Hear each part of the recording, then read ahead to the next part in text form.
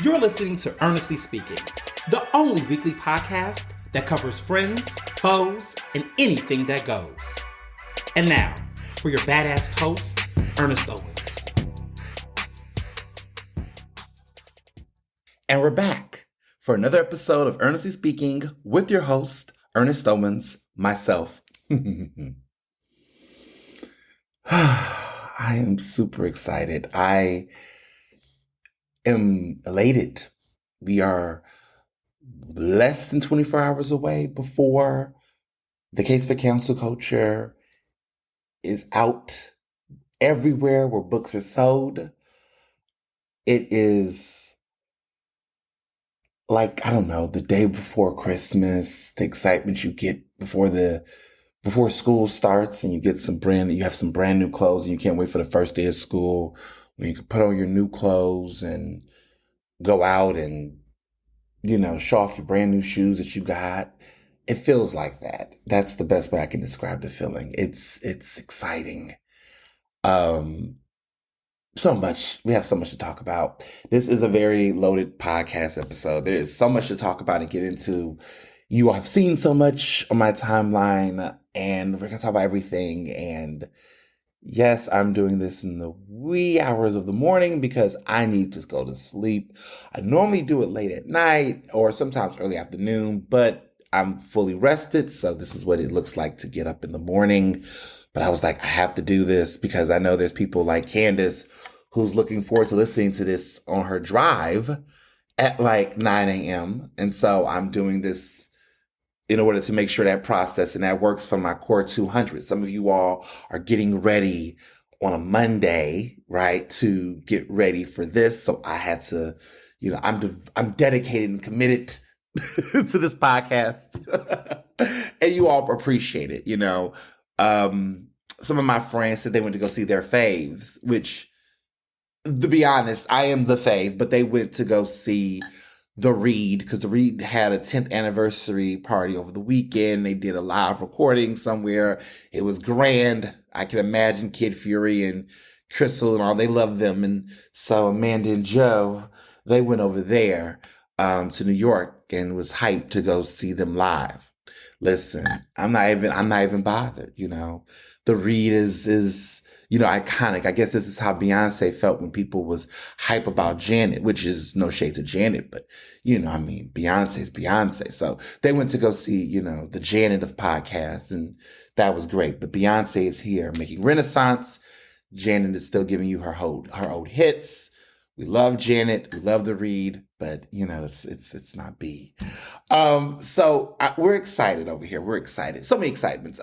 Randomly speaking, one of my besties, one of the Lit brothers, got that code for Ticketmaster for Beyonce tickets in Philadelphia. So we are nerve-wracked because 2 p.m. he's got the code. He's got Amex. Shout out to George. George and the group did. We all, the rest of us, Jamarcus, Josh, and myself, we all got the waitlist crap, but he has the code. He got the code last night. We was out and about, and now he can only get 4 tickets, which of course the 4 is us. Now let me tell y'all something. We trying to, I think, get these Club Renaissance tickets on the floor, but we got to arrange, baby. We got to arrange. Okay, the boys said, we all said, I think we agreed that we wasn't spending over $900 per ticket. I think that's what we came to the understanding of. Maybe it was $700. I can't remember, but we had a range.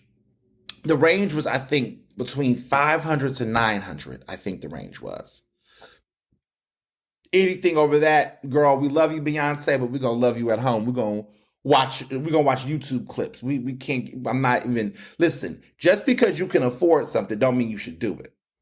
My mindset is that it shouldn't cost. That's ridiculous. It's just ridiculous. I think I'm not spending $1,000 more. Now, hold up, because we're going to talk about a certain Mr. Chris Maurice Brown. But if it was like a meet and greet where we could take a picture, like I saw B2K had this situation that if you spent like, I think $1,000, $1,200, you can go party with them and Omarion and Raspy and Lil Fizz and J Bug. You can go party with them before the show, and then you have your little VIP tickets and all this extra. I would drop some money for an experience like that. Not necessarily with them, but like if like I know Britney back in the day used to do, the pictures weren't necessarily looking good. She was a little stiff in them. But I remember Justin Bieber, I think a couple of people did those photos like that. Now I would pay for that. I would drop, like if Beyonce had a package for $1,500, you got a picture with her. I got the chill, and if it was like a little VIP situation, we would be having a different conversation. But this is us just dropping money to see a live performance, and I mean I'm all for that, but at the same time I'm kind of like, so we're gonna see how this is gonna play out. I don't know. I've been following some of the Ticket Mayhem, but I've just been kind of, we're in the mindset, we're being vigilant and we're being observant, and we're gonna see what it's gonna give. But please don't play with Philly, girl. This is the poorest major city in America, or next to it now with Detroit. I heard. Listen, don't play Philly, because Philly. Listen, no shade, because I'm gonna throw it, or just state a fact. But when Jay-Z had the 444 tour in Philly, he couldn't even sell out that studio, that stadium with them tickets. There were tickets on Groupon for Jay-Z. Now, I know that's not going to happen for Beyonce, but I do want to make a point that we don't care. If the tickets are too high, But see, what's going to happen with Philly is that you're going to have Atlantic City and other people that's going to come to Philly for the tickets. People just don't care about Jay-Z that much to do all of that. So when them tickets were on sale on Groupon and people got tickets off of Groupon, it was what it was. But no shade, a lot of people have tickets that sell on Groupon, like Sierra back in the day. There's other shows, but I just want to be clear that it is that you could be a top tier artist in Philadelphia, and if you playing with your tickets, they will humble you on Groupon. I don't think that's going to happen to Beyonce, but the point I'm trying to make is she probably knows this, and she might be very thoughtful about how much these tickets going to be. So if it happens, if we end up lucking out and getting these tickets and all of that, shout out to a friend with an Amex that was able to make it work or whatever. But like, if we're able to pull this off, if this all works out, I'll tell you how much the tickets cost. But I'm very, the team, the crew is like, look, we love her, but we don't love anybody like that without no meet and greet. Because I'm a meet and greet girl anyway. I like a VIP pass. But it don't seem like there's no VIP pass. To me, where is the access? I'm sorry. If you go to shows and you go to concerts, you go to things, I'm all down for the VIP experience. I have done that my entire life. Like, seriously. Like, and I'm not saying I always paid for it, but I'm just saying that there's options. But this is insanity. And I'm like, not going to do that to myself. I'm not going to do that to myself. Because it's not about the price, y'all. It's about the principle. There are people out here, not naming names, that's spending money that you could go on a trip with that money. You could go on a cruise with that money. You could put a down payment for a house with that money. You could pay your rent 3-4 months ahead, because that's the kind of person I am with that money. You could do a lot of things with that money. And so when I'm sitting here and I'm seeing this type of money being dropped, I'm not counting people's wallet, I'm not doing whatever, but I just know for myself, it's like I could do that. I could show off and get $4,000 tickets, but my mindset is no. Because in my head, there's other things I would rather do with it. I would rather make it rain on my brothers. I would, he's got a birthday in March, I would just rather do other things that I just know would make a deeper impact. I just think she already a billionaire, y'all. They both billionaires. I mean, Blue Ivy ain't got to go to school. They're so rich, Blue Ivy doesn't even have to go to school. It's not like we're putting them through college. Like if it was, what's her name? Toni Braxton. You know that she done had some moments in her career. Not in her vocal career, she's a beast, but in her finances. So if you was buying them Tony tickets back in the early 2000s, my mother was making this joke about this a while back, was like you knew you were supporting Tony, you was helping the babies, you was She had the, relationship up and down. You knew you were supporting her. You go out and you see people like the Fantasias of the world. You supporting them. They need that money. Mary J. Blige. Okay, she need that money because they were there taking the alimony and everything. You knew if you bought a ticket, it was supporting the cause. I don't know what cause we supported with these Beyonce tickets. I mean, I support myself and I support the fun, but I'm just saying, listen, she just got $35 million to Dubai to perform over there with those bigots. You know what I'm talking about. For one performance. She good. Which is why I don't understand why these tickets are so damn high anyway. Like, why won't you just give the fans what they want? Like, just, I don't know, throw a bunch of music festivals around the country and just call it a day. Charge $20 tickets, make the place more affordable, perform for your fans, give them what they want. It don't cost anything. But that capitalism, I tell you, that capitalism is something else. That capitalism is something else. But it is what it is. So much to talk about before I get into the hot topics, which is so much to talk about, but you all love it because it's going to be a great episode. So I want to start off by talking about my announcement. I was a man of my word. You all appreciate me for it. I love you all for it.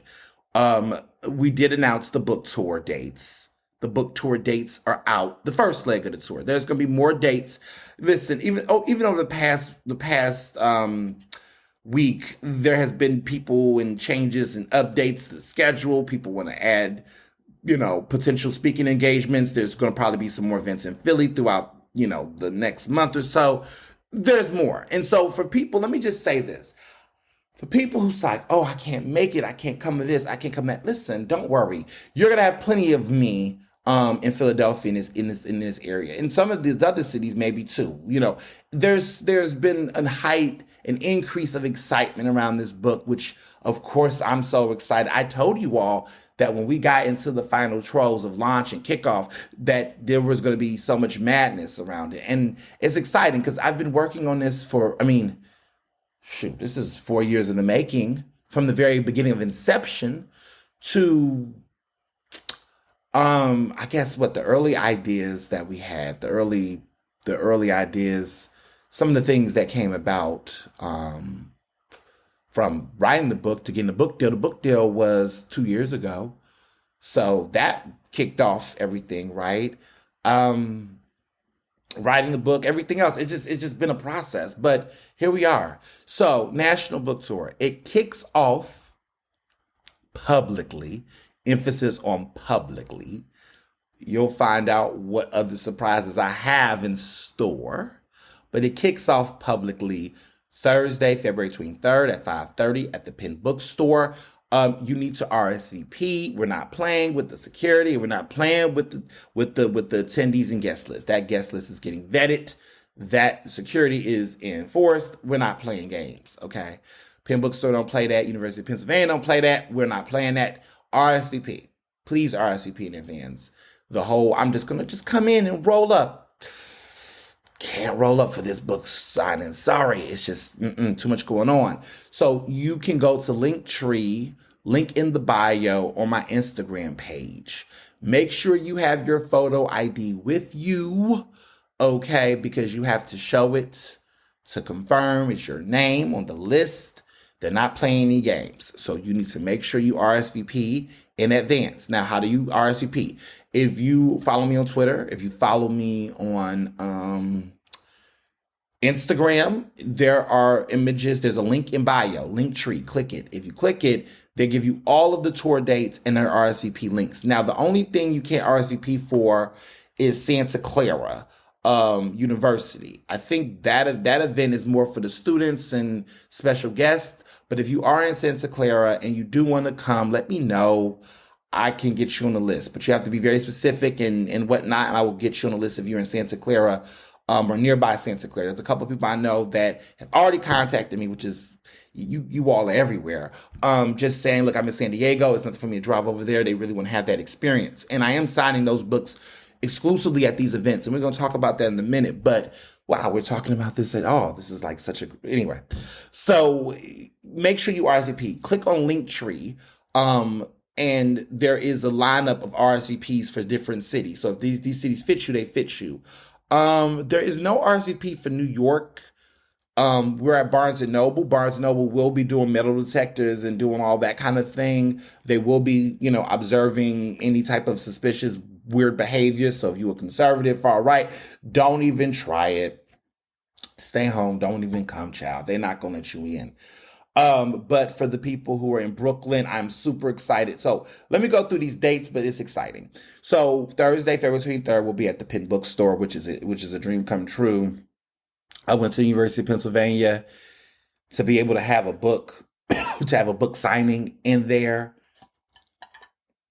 All those years I've walked and I've seen Penn-related alumni books that were supporting other people, and seeing other authors and going to that same place and going for other authors, and to be in this place for something that I'm doing is an experience that is just so inexplicable. So I just thought the perfect kickoff would be there. Sunday, February 26th at 6 p.m., I'm in Washington, D.C. for Bus Boys and Poets. You can RSVP for that link. Is there RSVP? Yes, there is an RSVP link for it. It's at Bus Boys and Poets. It's the one on 14th Street. Now, I know there's like multiple locations, but this is the one on 14th Street, Northwest. That is available. All my DC, Maryland, DMV folks, I am in your city on Sunday. So please, please, please, please, please come out. The RSVP link is in Linktree. So if you're on Twitter, if you click the link from my bio on Twitter or Instagram, you can be able to pull up these dates in RSVP. Slots are being filled. The Philly location was initially sold out. They had to increase capacity, which means they had to increase the space. So we are expecting there to be a nice crowd at these events, especially the one starting off in Philadelphia. But DC as well, word of mouth has gotten around. There's some special guests in DC that's going to be there. I'm going to be in conversation with a very incredible woman who's going to be there. For the Penn Bookstore event, I'm just going to be doing a cool conversation. And I'm not in conversation with someone at that event. I'm just doing my thing because it's the fans. It's y'all local. I'm going to do a reading. I think I'm going to do a reading. I'm going to do a conversation. It's going to be a lot. We're going to have fun. We're going to have a lot of fun. So we'll do a reading. We'll do a conversation. We'll do Q&A. And then we're going to get to it. So it's a lot that's going to be going on. Tuesday, February 28th, you see I'm back-to-back, February 23rd, February 26th, February 28th. February 28th at 7 p.m., I'll be in Cambridge, Massachusetts for a Harvard Bookstore. Now, this is in collaboration with the Emancipator.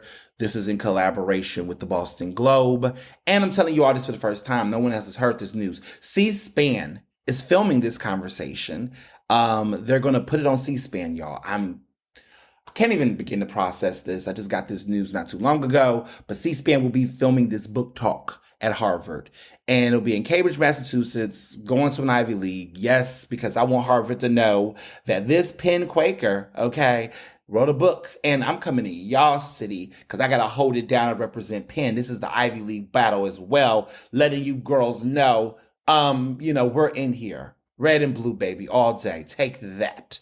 But anyway, we'll be there at Harvard. We love our people in Boston and the area. So we'll be there, Emancipator, great conversation with an incredible journalist who just loves me down. I love her down. And this is something I've been excited about since the moment I heard about it. Deborah Douglas, who's at the Emancipator, she's leaving them soon, but she was the co-editor of this publication, which is in collaboration with the Boston Globe. And we'll be in conversation talking about the book. She's read the book. They did a really great review and just did a great interview with me about it. You can check it out on my Linktree. If you go to Linktree, the interviews there, everything's on my Linktree, all the good stuff. So, that's going to be a great event. You must RSVP for that event because they're not playing at Harvard. So then, Tuesday, March 2nd at 4 p.m., that's Eastern Standard Time, I'll be at Santa Clara University at the Louis B. Mayer Theater, where I will be discussing my book, The Case for Cancel Culture, in conversation with an incredible woman who I love so much. She was at Swarthmore and then she became a provost at Santa Clara University. We'll be talking about the book. She's read the book. She loves the book. It's going to be so awesome. Dr. Tashay Duncan Smith. Tashay Duncan Smith will be talking about the case for council culture, and there'll be a student crowd and audience, so we're super excited about that. Then I'm going to enjoy the weekend. My bestie Abel, which we went to go see recently, he has going to have a birthday on March 4th, and we're going to be celebrating his birthday March 4th in New York City. So I'll be in New York. But here's the thing, we'll talk about New York in a minute. But anyway, it's great. I'm super excited. We'll be back again Tuesday, March 7th, at the Barnes & Noble on 194 Atlantic Avenue, that Barnes & Noble, in Brooklyn. And we'll be having the event there in New York. So that'll be fun. And I know New York is going to show up and show out, especially all of my pen people. So spread the word. It's going to go down. It's going to be a thrill, so it's a lot of dates so far, but there's more dates to come. And I know there's people that like, what about the South? What about Houston? What about these places? Oh yeah, we're going to go there too. All right. We just got to do the East Coast first because it's nearby.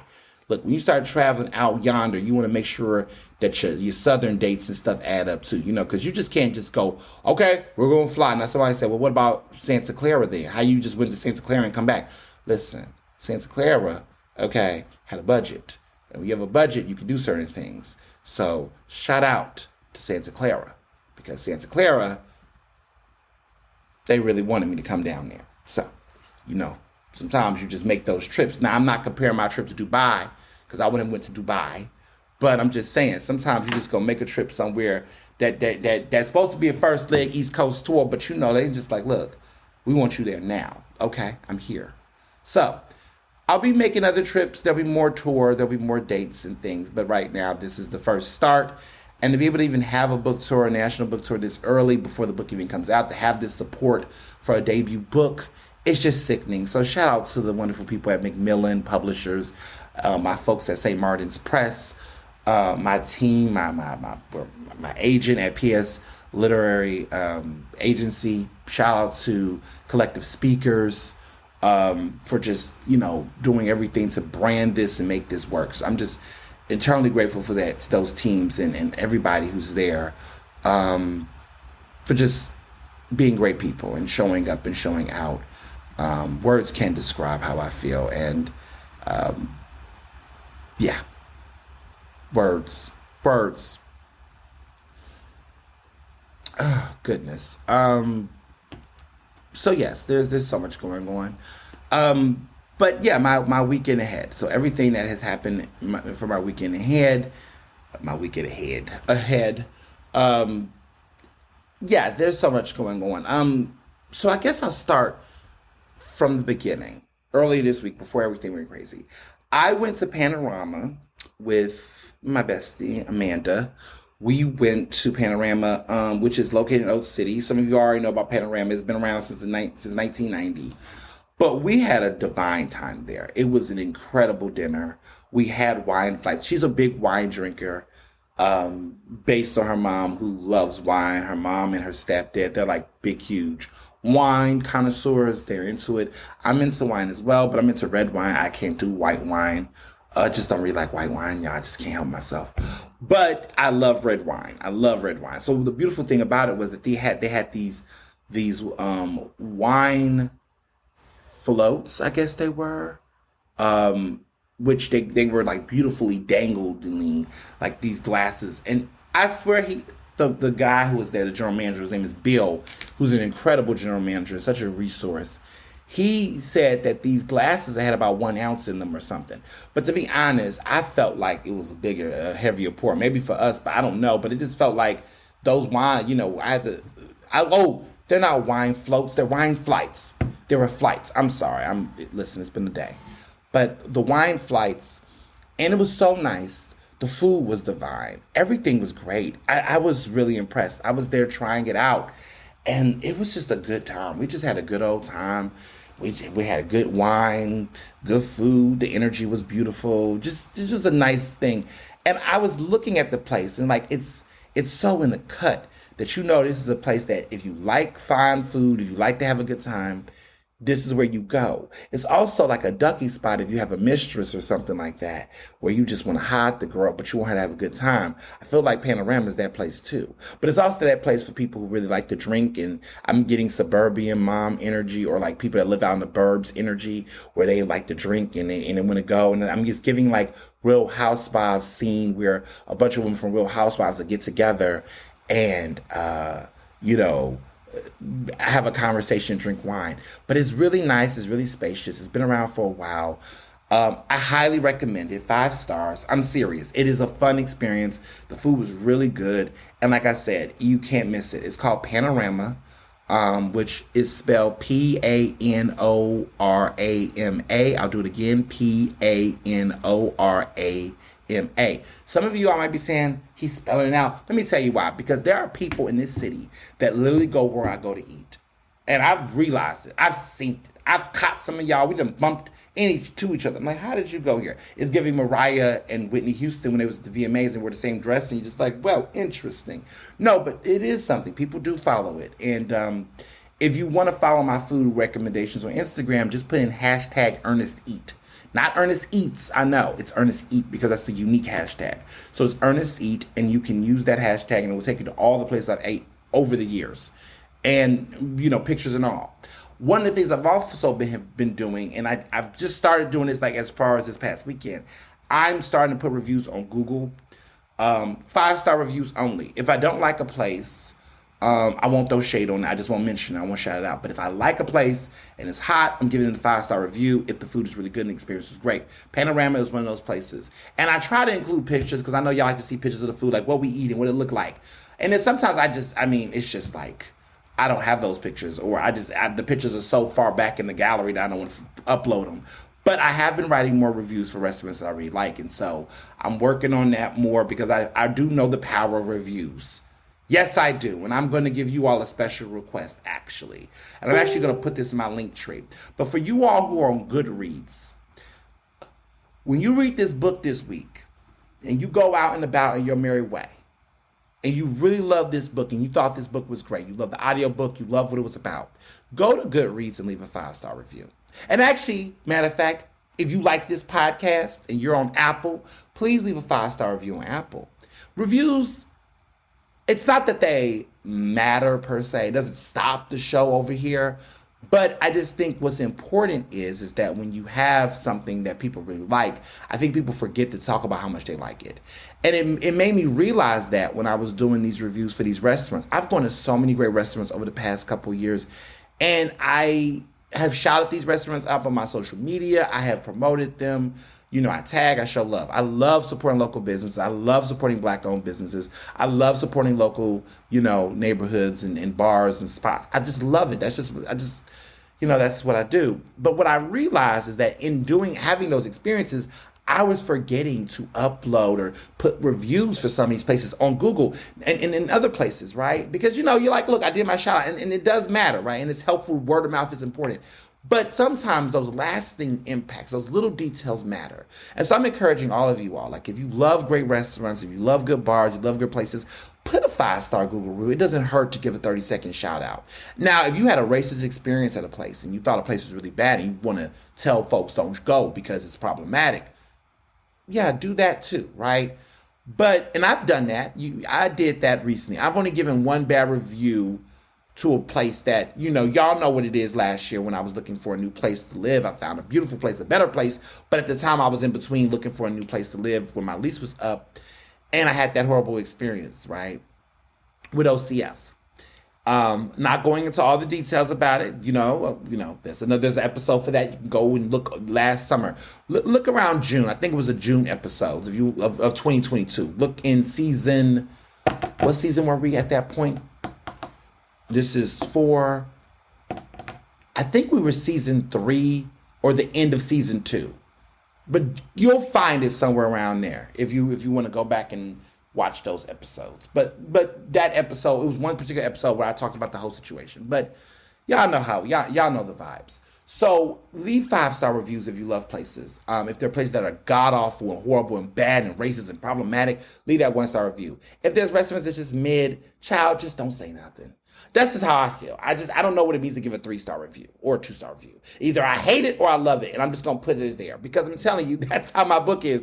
There are people that love this book, and there's people who haven't read the book that hate the book, that haven't even read the book yet because the book ain't came out and they ain't even get an advance copy. So that's the, But I would encourage you, please. And and a lot of you all, I know, got the book through Amazon. What I respect about Amazon is that anybody who gives a review on Amazon has actually purchased the book. So if you don't like the book and you give it a 1-star review, I don't even care because at least you bought the book. But I think you're going to love the book, and I think you're going to give it 5 stars. So go on Amazon. Make sure you leave those reviews on Amazon. But also go to Goodreads, because Goodreads is it's the Sneakerville of books. Like, this is the place where the real book lovers go. They have accounts. I have a Goodreads account. Like, I have an official verified author account on Goodreads. And I found some of you all on there, and you all have followed me on there, and that's dope. But please, please, please leave reviews. And there have been people who've read the advanced copies and things who've left reviews already. I'm grateful for you all for that. Thank you, because there were some trolls, Harry Styles trolls, that were just they found a Goodreads, honey, and they went in there and they were jacking up my rating. My rating has definitely increased and improved thanks to readers and listeners like you. But initially, it was bad, y'all. I ain't gonna hold you. It was like the reviews were just like trash. And I was just trying to figure out what was going on. Because I was just like, no one's read the book. The book hasn't even come out yet. But when I looked at the reviews, it was all these 1-star reviews that were all published, I think, on February 7th, which was the day after the Grammys when all that went down with Beyonce and all that stuff. And it was like a bunch of these that were at the same exact time. Now, you can report reviews, and Goodreads have been slowly but surely removing some of those ratings, which has increased the number. But a lot of you also, in the meantime, have been going on Goodreads, giving 5-star reviews and increasing it. So I started off with like a 2.1 stars. Now I'm at a 3.5, 3.6 now. Idealistically, I would like to be over 4. I would like to be a 4. If it's 5 stars, I know I'm not going to get to 5 stars. But if I could get past 4, I will feel a lot better personally. That's my goal. So fans, you will have an assignment. The assignment is go to Goodreads right now if you've read the book or if you're a fan of the book, whatever the case. Go to Goodreads, give a 5-star review. If you want to, when you get the book this week, no pressure. Just saying that to me, it's about the accuracy. If it was a 1-star review from people who actually read the book and can articulate why they thought it was a 1-star, then I would be like, okay, that's your opinion and you're entitled to it. That's fair. But what is crazy to me is these people are like, I want my money back. I bought this book for a friend. I stopped buying. I'm like, child, you didn't buy the book. You can't even get a refund. Anybody on Amazon know that your book is currently in that pre-order lock. It's in that little special place where it's just holding itself until further notice. Child, you didn't get this book. Stop lying. But I knew it's all them because it all happened on February 7th. Like, all of the Harry Styles fans went at 5, literally on February 7th, like the next morning, the next day after the Grammys, and showed their ass. So I know who did it. But now they've kind of disappeared.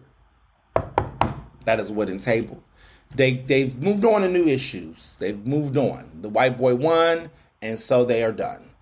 But the thing is that, now the dust is settled on that. Now it's nature's healing itself. People are showing up, showing love, writing reviews, being there. I appreciate it. Thank you so much for your support. So, Mr. Johnson had a birthday on Friday. His birthday was on Friday. He's in a lovely Aquarius. His birthday was nice. We went to New York City, which some of you all saw. We did a little sneak away. We did a little getaway. It was just quick. It was an overnight situation because the book, everything was going on. He did not want like a whole birthday party, dinner party vibe. I mean, we had some gatherings, but we'll get there. But he didn't want like a huge party or anything this year.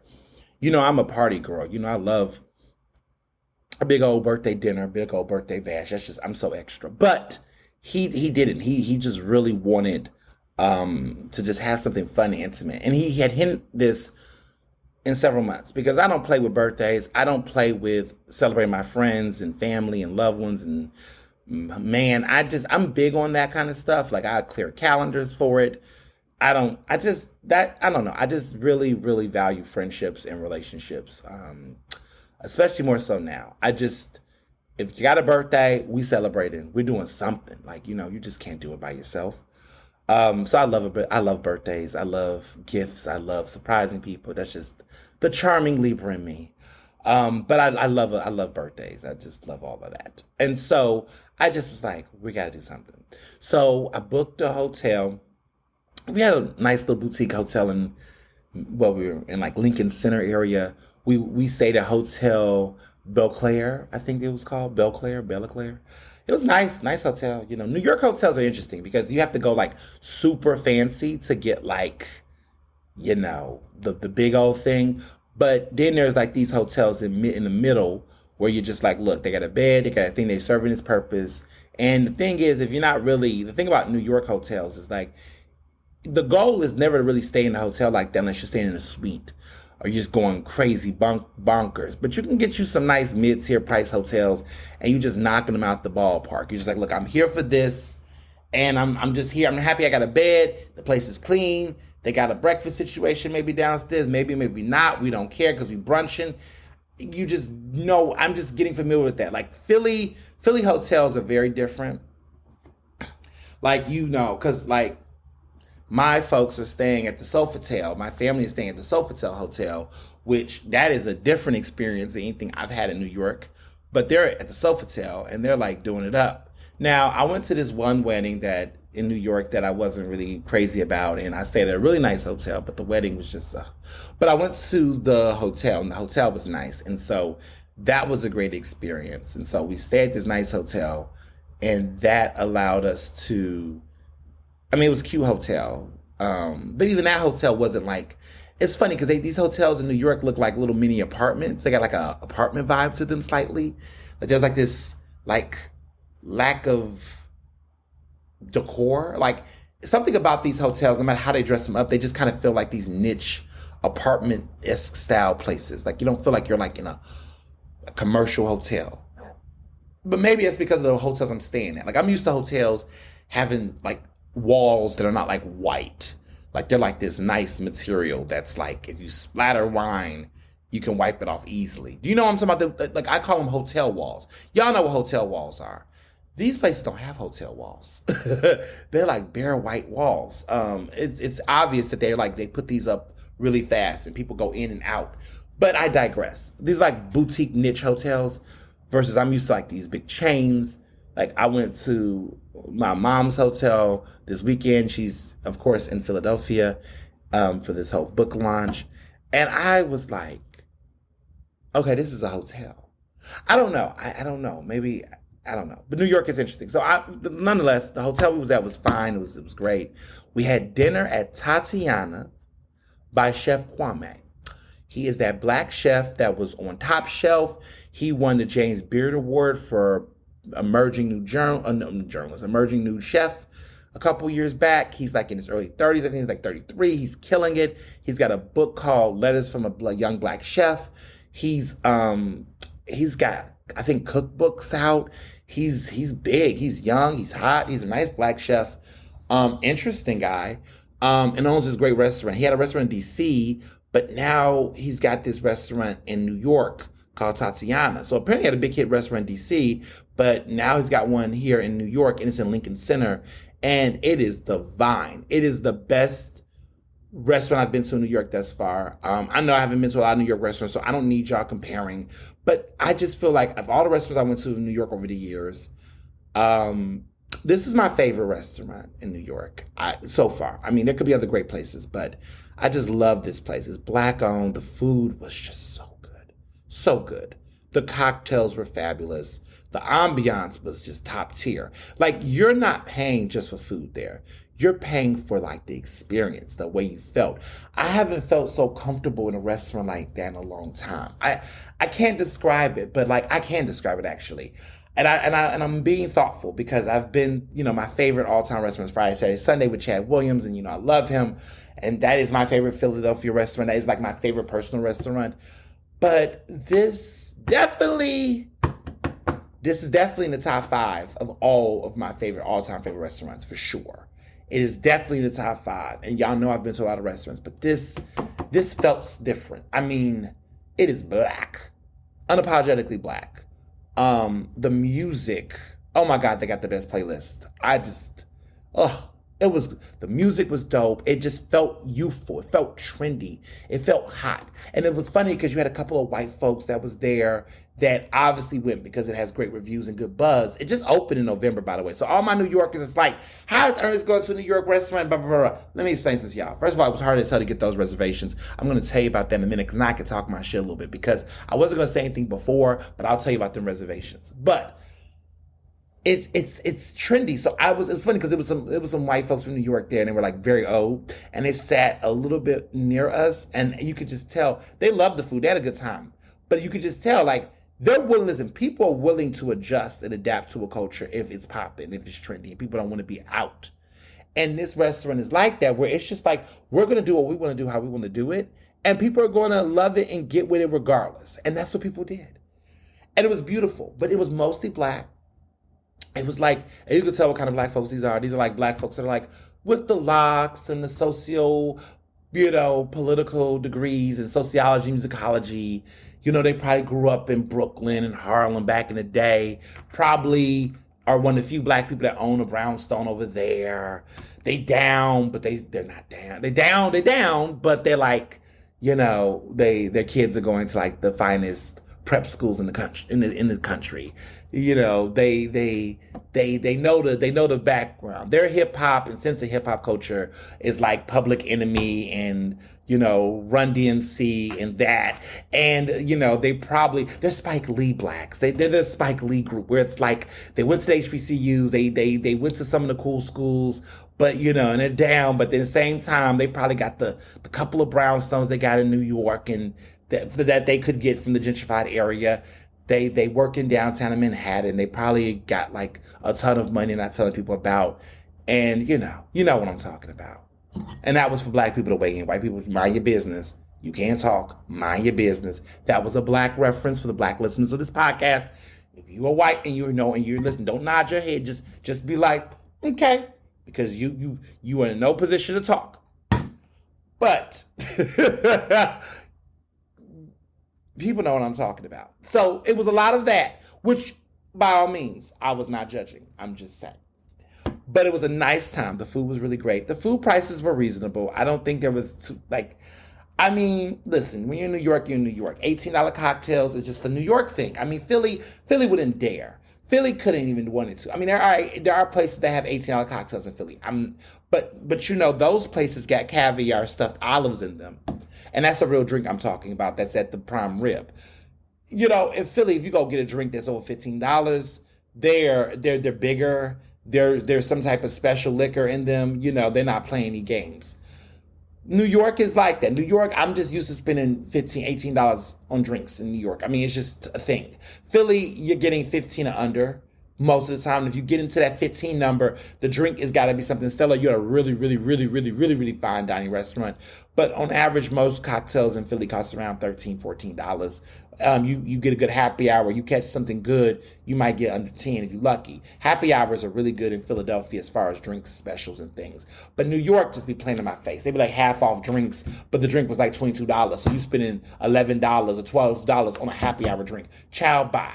But that's how they do, though. That's how the vibes be. So I try to, get with the flow. But other than that, no, honestly, for a New York restaurant, it was reasonable. It was decent. It was fabulous. The food was incredible. We had oxtail. This is the best damn oxtail I've ever had at a dine-in restaurant. Let me explain something to you. I don't want to get into oxtails like that, but I have to emphasize dine-in, okay? Because look, where the parts I've been in my life, growing up in Houston, growing up in, in parts of the city, living in Philadelphia. Now, if you're in West Philadelphia, baby, you go to Top Taste, honey. You get you some oxtails over there at Top Taste or Sunday's Best down West Philadelphia. And let me tell you something. You're not going to be able to dine in there like that, but you can get you a platter, and those oxtails are hitting a different type of way. So I had to emphasize that I have had some great oxtails that have been in some places that are not necessarily the prettiest, swankiest places, but the food hits. Okay?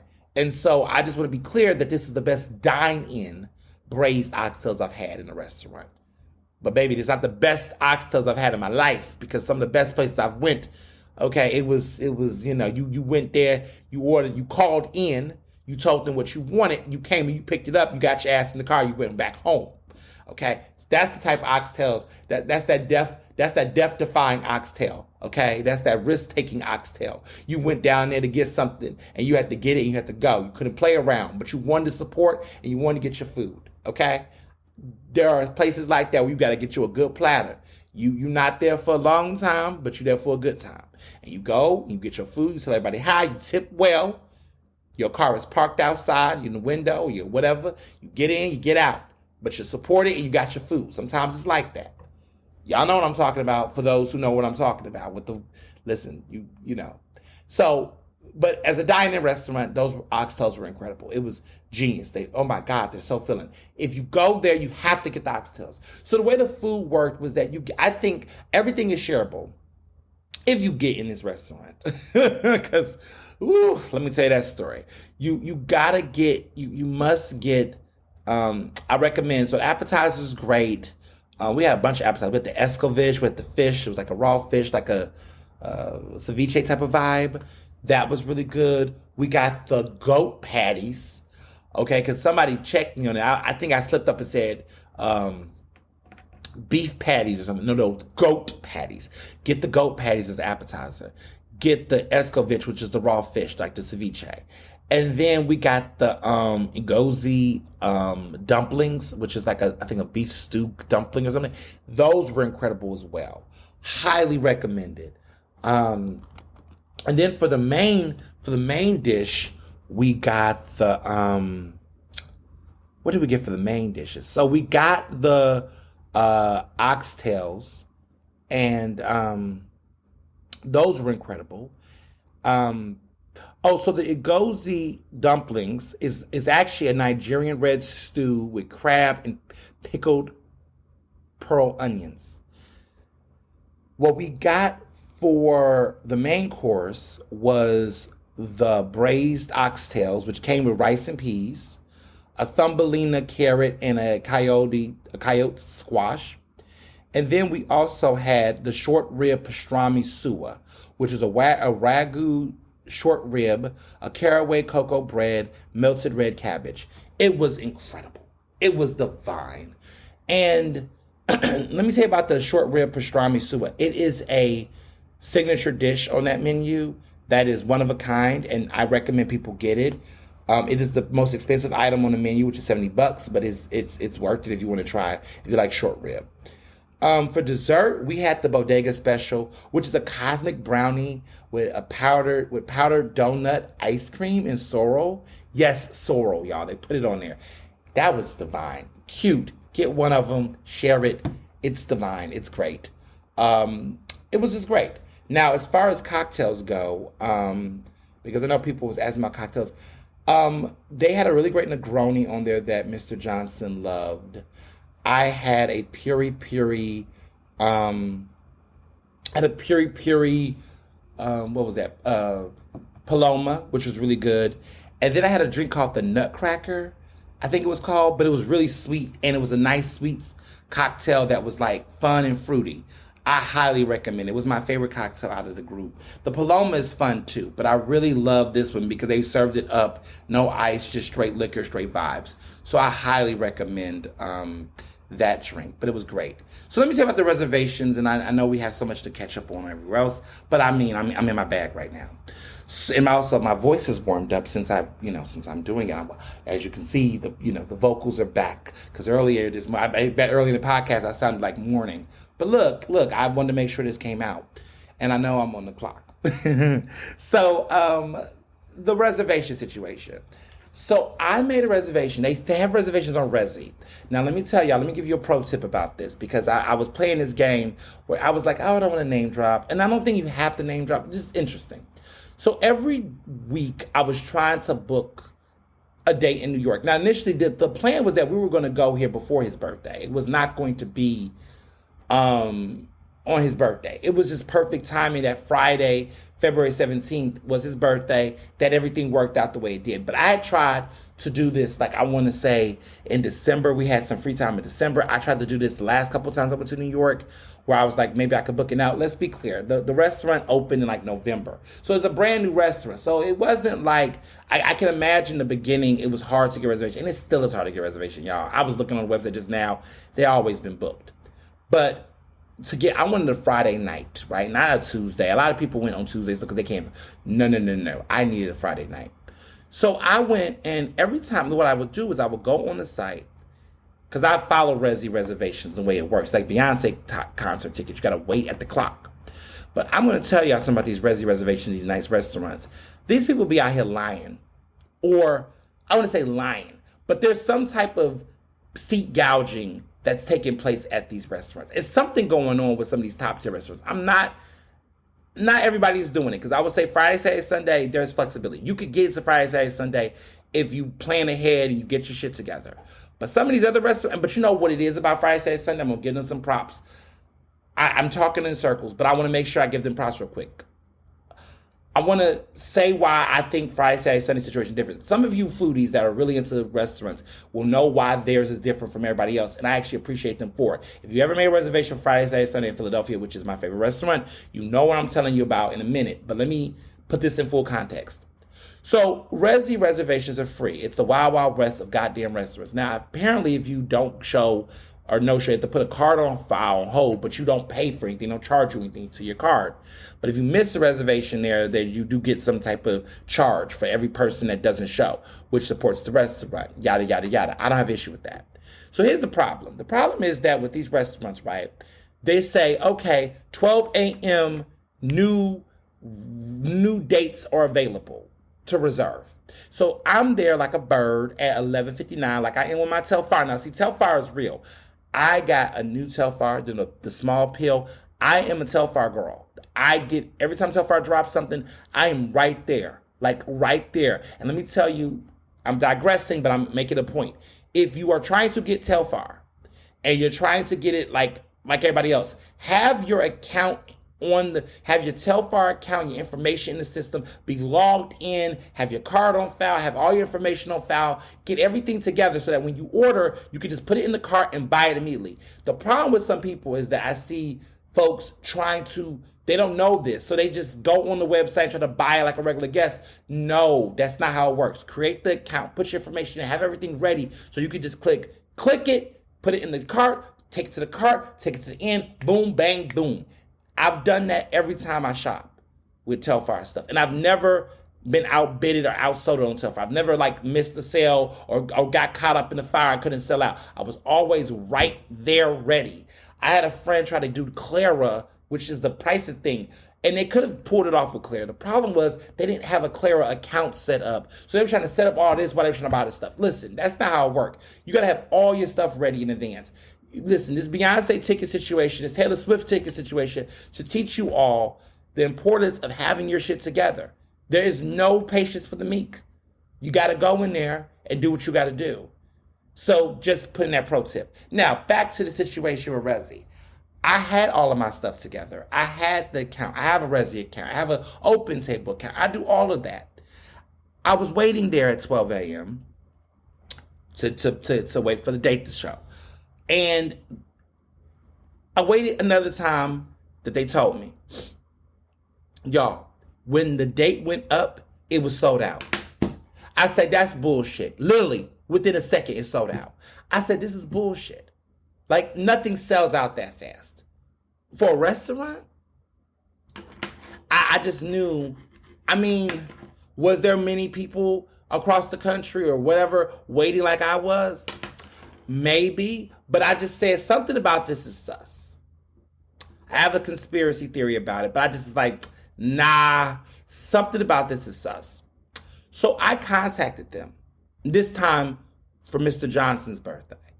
And I contacted the restaurant directly via email, their reservation. I said, hello, hi, my name's Ernest. I am an out-of-towner in Philadelphia. My husband's having his birthday on Friday the 17th, and we'd like to make a reservation at 8 o'clock for 2. That's what I do. My reservation late nights are normally 8 o'clock for 2. I don't really do 7 unless, sometimes it depends. But if it's on a Saturday or Friday night, the girl is going in at 8 because I want to go eat dinner, have a nightcap, and have a lovely evening after.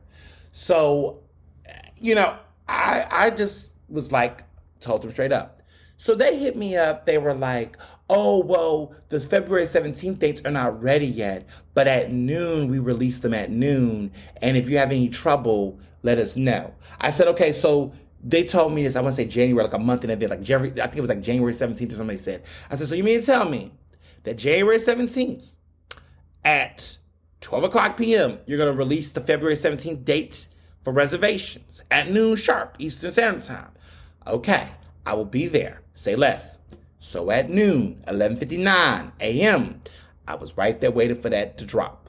Y'all, I refreshed it. This shit was sold out, and I said, this is bull. I screenshot it, timestamped it, emailed them at 12:02 p.m., said, I did exactly what you all told me. Following up, this was sold out. And look at the timestamp, 12 o'clock. And it was sold out. I don't know what's going on with your system, but it said it was already sold out. I don't know what's going on.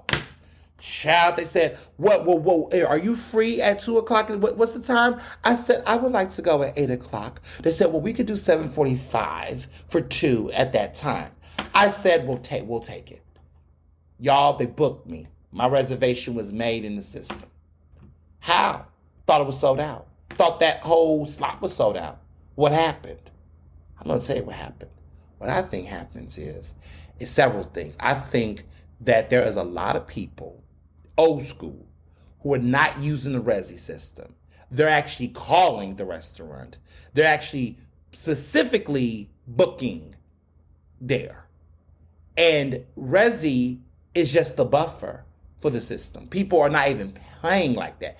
They're calling the restaurants in advance and booking. They're doing it. And so what happens with Resi is that every time someone calls and make a reservation rather than use the Resi system, they have to, in their back end, take in tables and seats out for availability or something of that nature. That's what I think. That's my conspiracy theory. I think people are actually just calling the restaurants themselves. I hate doing that because I feel like if you have a system that's available, it works. But let me just tell y'all, if y'all having issues getting in certain restaurants, sometimes directly emailing people and letting these people know your struggle will get you in. Because I've had to tell some people, like, I'm not playing this game. And what's funny is that they'll say these things are sold out, but then somehow there's room. Like something going on in the restaurant system with these restaurants, with these seats. Listen, it is a recession. Y'all better get asses in them seats. Now, I will say with Tatiana, when I went in there, every ass was in every seat. Okay? It was not one empty seat in that restaurant. But they're also connected to the Lincoln Center, which is in the Geffen Hall, which I was like, oh, damn, this is fancy. But Lincoln Center was very cute. They were in the Geffen Hall, where I guess a symphony and stuff is playing in there. I've never really been in Lincoln Center like that, but this was fun. But that's what I think is happening. Now, what I also think is also happening, and this is just me, not saying this is Tatiana, but I also think some of these restaurants are trying to act like they're sold out to like build the hype and suspense. And some of these places are like behind the scenes filling up their reservation slots through other means. But it's cute to go on open table and feel like it's all X'd out and there's no availability. Like I said, we sometimes got to go old school. Email the websites, email the reservation directly, emails, call directly. Sometimes those ways work faster than some of this technology. Translation, go old school. Now, let me tell you why Friday, Saturday, Sunday is my favorite. Let me tell you why I love their reservation system. Because to get in that place, there is a restaurant, right? There's a policy. The way it works is that their menu is prefixed. The best prefix menu you've ever had in your life. Love them. I can't stop it. Chad, I can't stop. I love y'all over there. Y'all are great people. What I like about Friday, Saturday, Sunday's reservation system is that they have prefix menu. So when you go, you actually have to order in advance. You pay up front for your prefix. There's only one way to eat there is prefix. You can't just get individual items. So logically speaking, what they do to lock you in is that you pay up front, and that's how you lock in the reservation. Now, what's funny is they're so popping that there are people that do drop the money up front. But let me explain. It ain't no immediate Beyonce, we're going to buy 2 dinners, because you're buying 2, right? If you're going out, I think their prefix is like $125, maybe a little bit more than that. If you're doing for 2, you spend like over $200, and they add the gratuity in the rate in advance. Now, you might be saying, well, what about drinks? What about that? What they do is when you go there, you buy your drinks. When you get to the actual dinner, you're buying the drinks separately outside of the bill that you pay for the food. You're paying the rest with drinks. So old school me, cat daddy me, the way I do it is I will get the food, pay for the food up front, right? And people love me so much that you all give me Friday, Saturday, Sunday gift cards. I love you all. You all know who you are. I get tons of gift cards from Friday, Saturday, Sunday from you fans because you know I love that place. And it doesn't matter if it's a $50 card, a $100 card, a $150 card. I love you, Amanda. You all give me these gift cards, and I do save them. And let me say what I do with them. I never really use them for food. I use them because with the way the reservation works is you can't use the gift cards to reserve. You have to use cards. So what I do is I pay for the meal up front, the gratuity and everything. And then when I go to dinner, I buy the drinks and I use y'all gift cards to pay for the drinks. Isn't that funny? But that's the way I love that. I just love that. And like, as somebody who likes to plan for things ahead, what's cool is that I pay for my stuff up front. And you all know why this is familiar for me. Because, 5 years ago, I wrote a piece called Dining While Black. And I talked about my story about how I would pay for things in advance because of, the stereotypes around diner dashing. And I had a better experience. I still believe that. I don't do that as much now because I guess I'm Ernest Owens, so Ernest Owens don't have to do that. But it's just I don't do that anymore. But I do love places that allow me the option to, because I'm one of the people where I like to pay stuff up front. I pay my bills early. I'm just on top of my shit. I like to do it, and I also think it changes the vibe. Like even when I have dinner parties with friends. If there's a way that we could pay for stuff in advance and do stuff before we get there. One thing you hate is going to a large party and you have to cut through tons of credit cards and have to split shit. I hate that. I don't mind doing it if I'm with like 4 people. If it's Lip Brothers, we're going to happy hour. We all drinking and eating around the same range. We just put them cards on the table. Or somebody in the group got a black card or something. We just like, okay, we're going to do it for the team today. But it's like it's different when you got like 4 people. But when you get into that 5, 6, 7, 8 territory, I'm telling you right the fuck now, we are doing prefixed and preferably a prefix of the BYOB. Because I don't got time for none of these surprises where you got the person like, oh, I just got the salad. Girl, don't play over here. We all, there is a couple who I used to hang out with years ago. And they were very frugal to the point of frustration. And you get to a point where you just say to yourself, how are you that cheap? And if you are cheap like that, my whole thing is you need to take a step back and say, maybe you shouldn't go. Maybe you shouldn't go. Maybe you shouldn't go. Because let me tell you something about restaurants. If you are grown and you are going to a sit-down restaurant, if you think that you're going to a sit-down restaurant that is nice and you're going to get a drink or 2 and eat a full course meal and you have less than $100 with you, don't go. Because again, include gratuity to that. Don't go. If you're having dinner, don't go.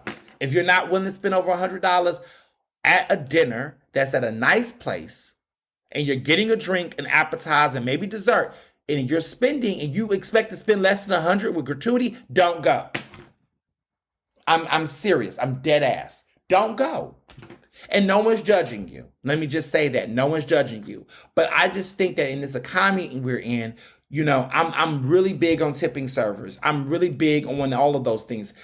I've been on that my entire life. I grew up in that type of culture.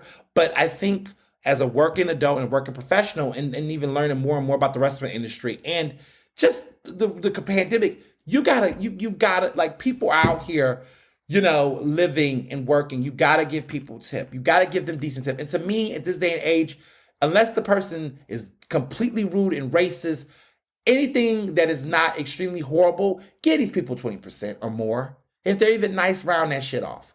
I'm big on that because because also what I'm seeing at restaurants and I'm hearing, especially with Black service, I typically, I give everybody a baseline 20%. If you eat a dinner and you're serving me at a restaurant, you're getting at least 20%.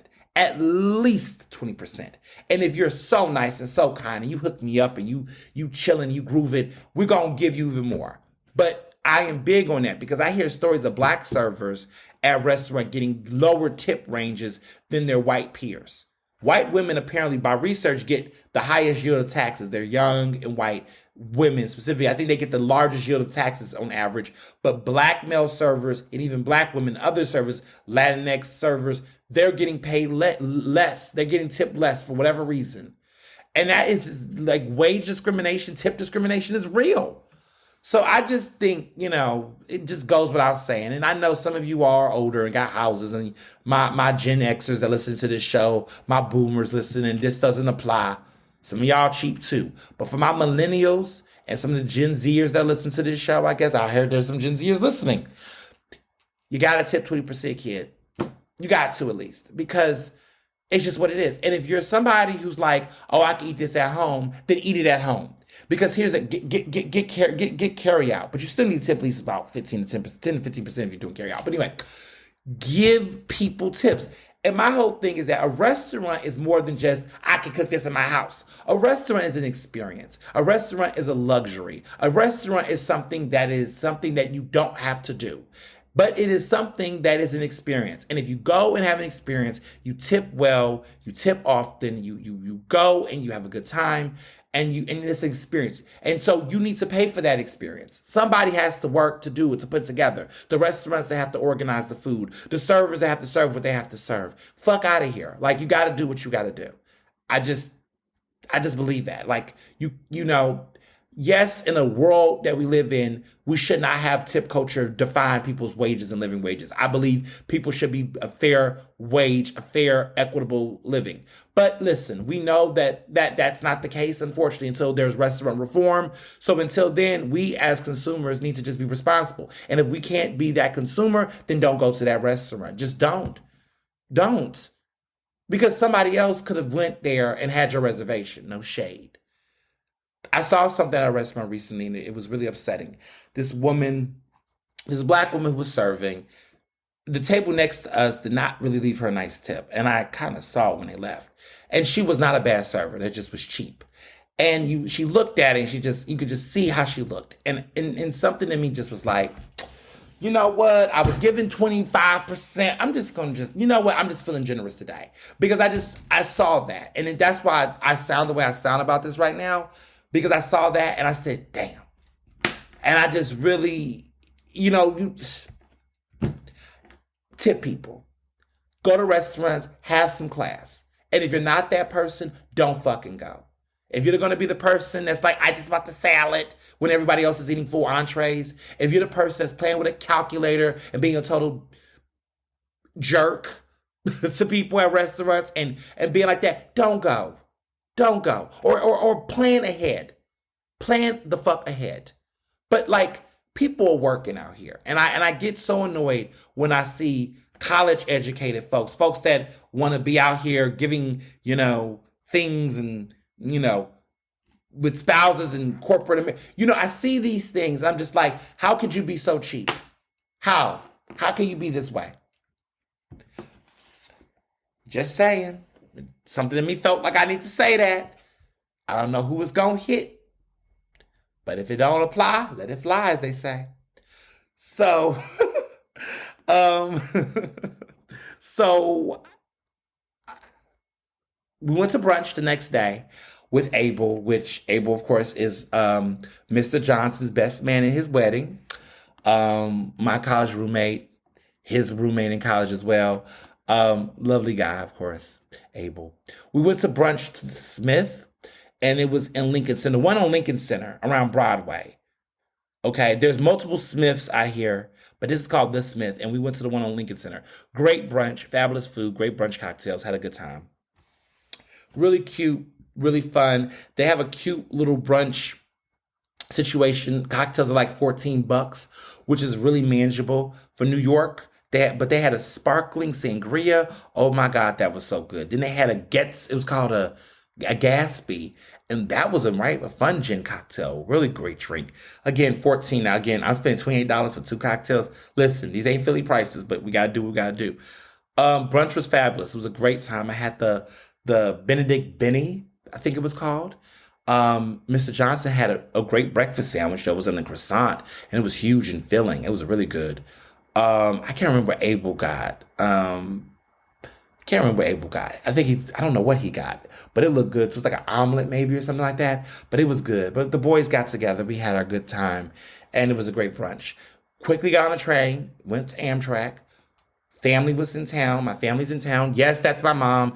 You all say this all the time. My mother is 5'2" in age. I'm not going to say the number out loud, but 5'2". She's 5'2", not her height, her age. And y'all think it's the reverse. Y'all think she's 25. But no, just people say, well, black don't crack. Listen, I'm not going into all that. There's some feminists that say, oh, that's ageist. Don't say black don't crack. Listen, I'm just saying. There are people that take that term literally. Yes, black cracks. We've seen it crack. We know what it looks like, okay? We see when black cracks. We know what that means. But it's just a term of endearment. It's a phrase of endearment. And some people, I think, just take it so literal. And there's some people I had just so fucking literal. I'm just like, oh, But listen, it's a cultural thing. But black don't crack. And some people like to get real anal and asinine about it. And it's just like, just because you're cracking don't mean you need to be trying to make a political statement. Sometimes black don't crack, and that's okay. And look, it is what it is. But everyone now sees where I get my youthful baby face from. That no matter how much I get older, I still have this like chunkiness and plumpness. The boys all look cute. The whole team is cute. My siblings are adorable. They're so adorable. And we got good genes, and good skincare. As you all know, I'm all about maintaining melanin. Melanin maintenance is crucial. But I learned from the best. So people say, what is your mom's beauty tips and her beauty regimen? I think her big one is that one, she has got a really good skincare regimen. I don't know what all her products she uses. But what I will say is that there's no surge. She's done no facelifts and no nose jobs. She hasn't even done Botox. She just, again, I get the term goes, black don't crack. But I will tell you the habits she has done, and this is skincare habits for me. She does not drink coffee. I don't drink coffee. She does not smoke.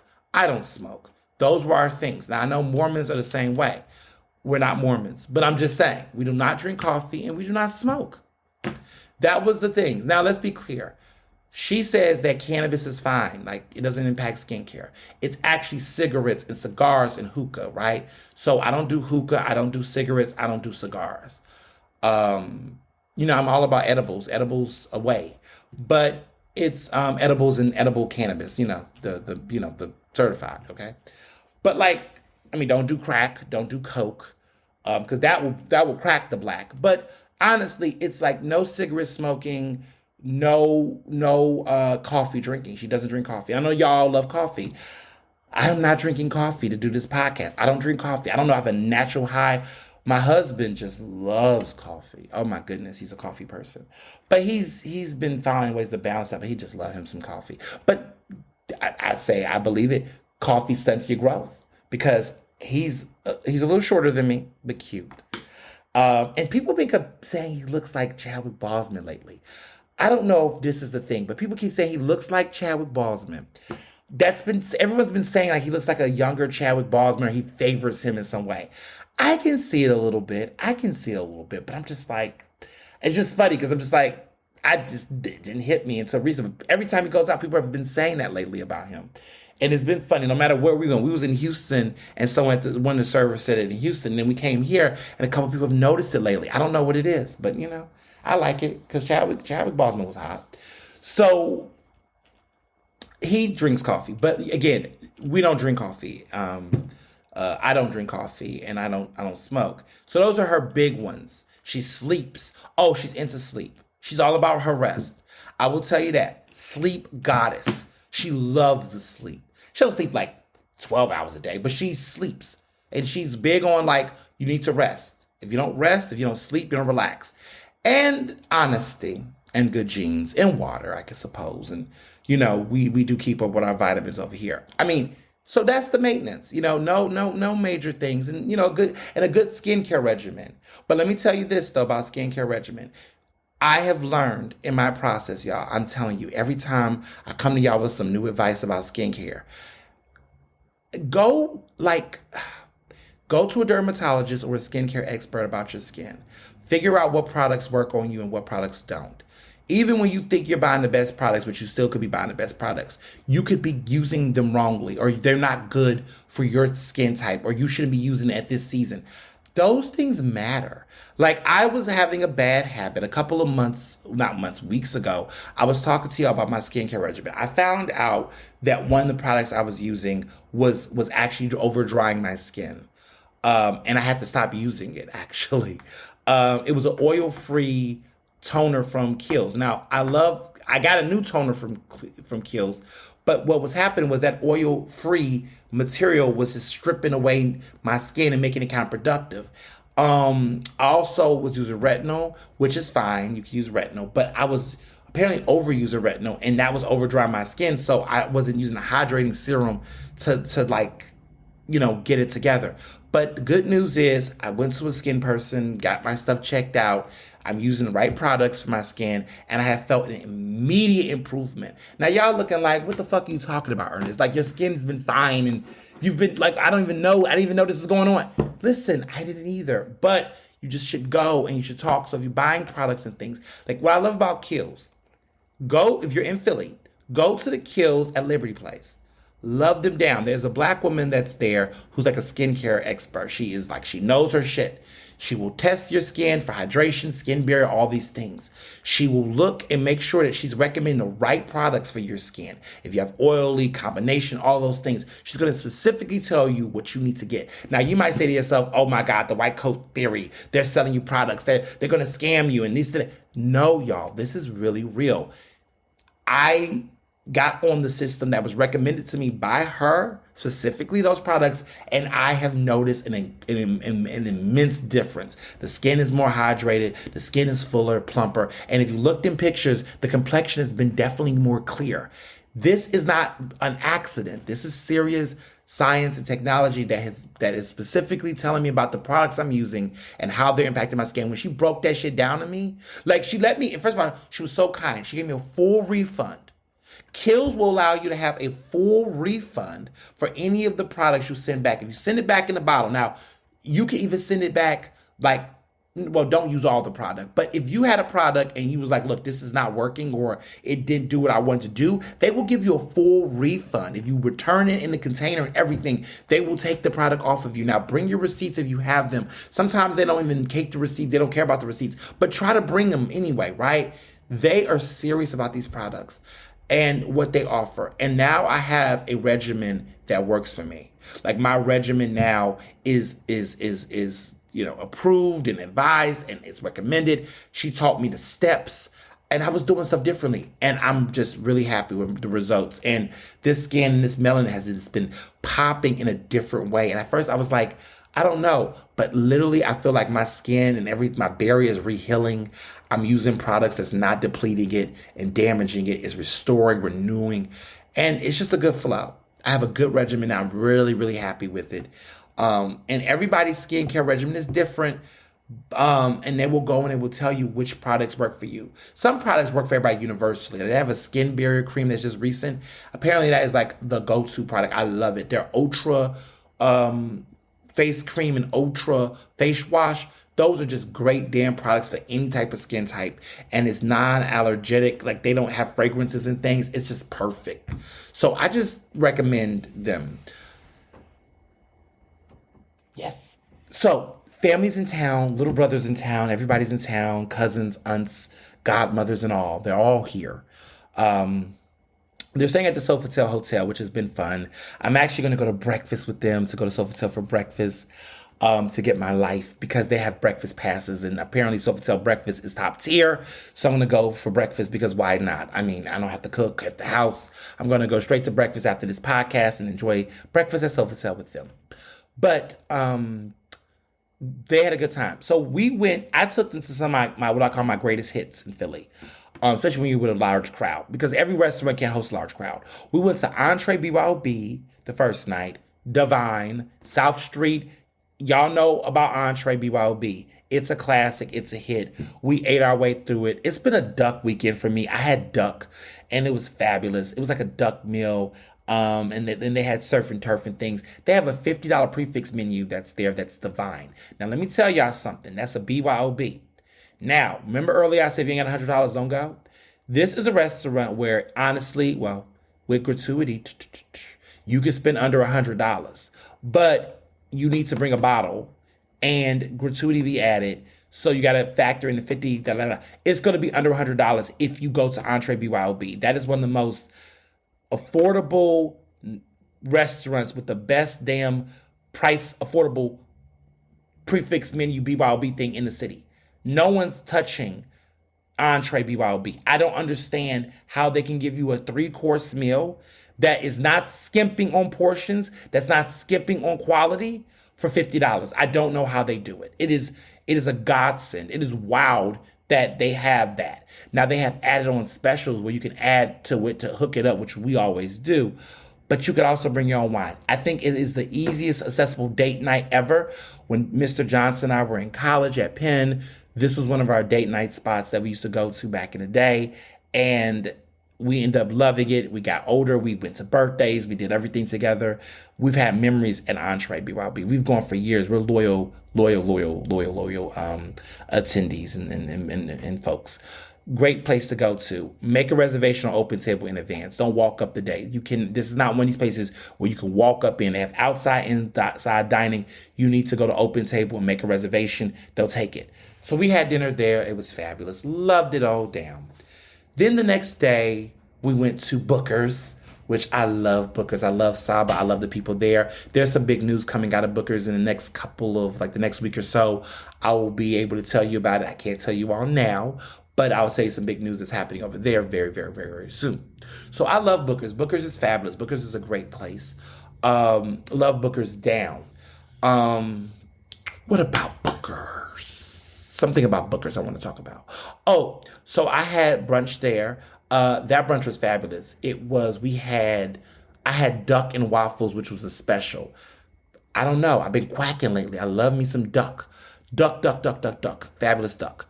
We went there for duck. It was great. Had a good time. Food was fabulous. My brother that goes to Temple, one of my brothers that go to Temple, he brought his girlfriend for the first time.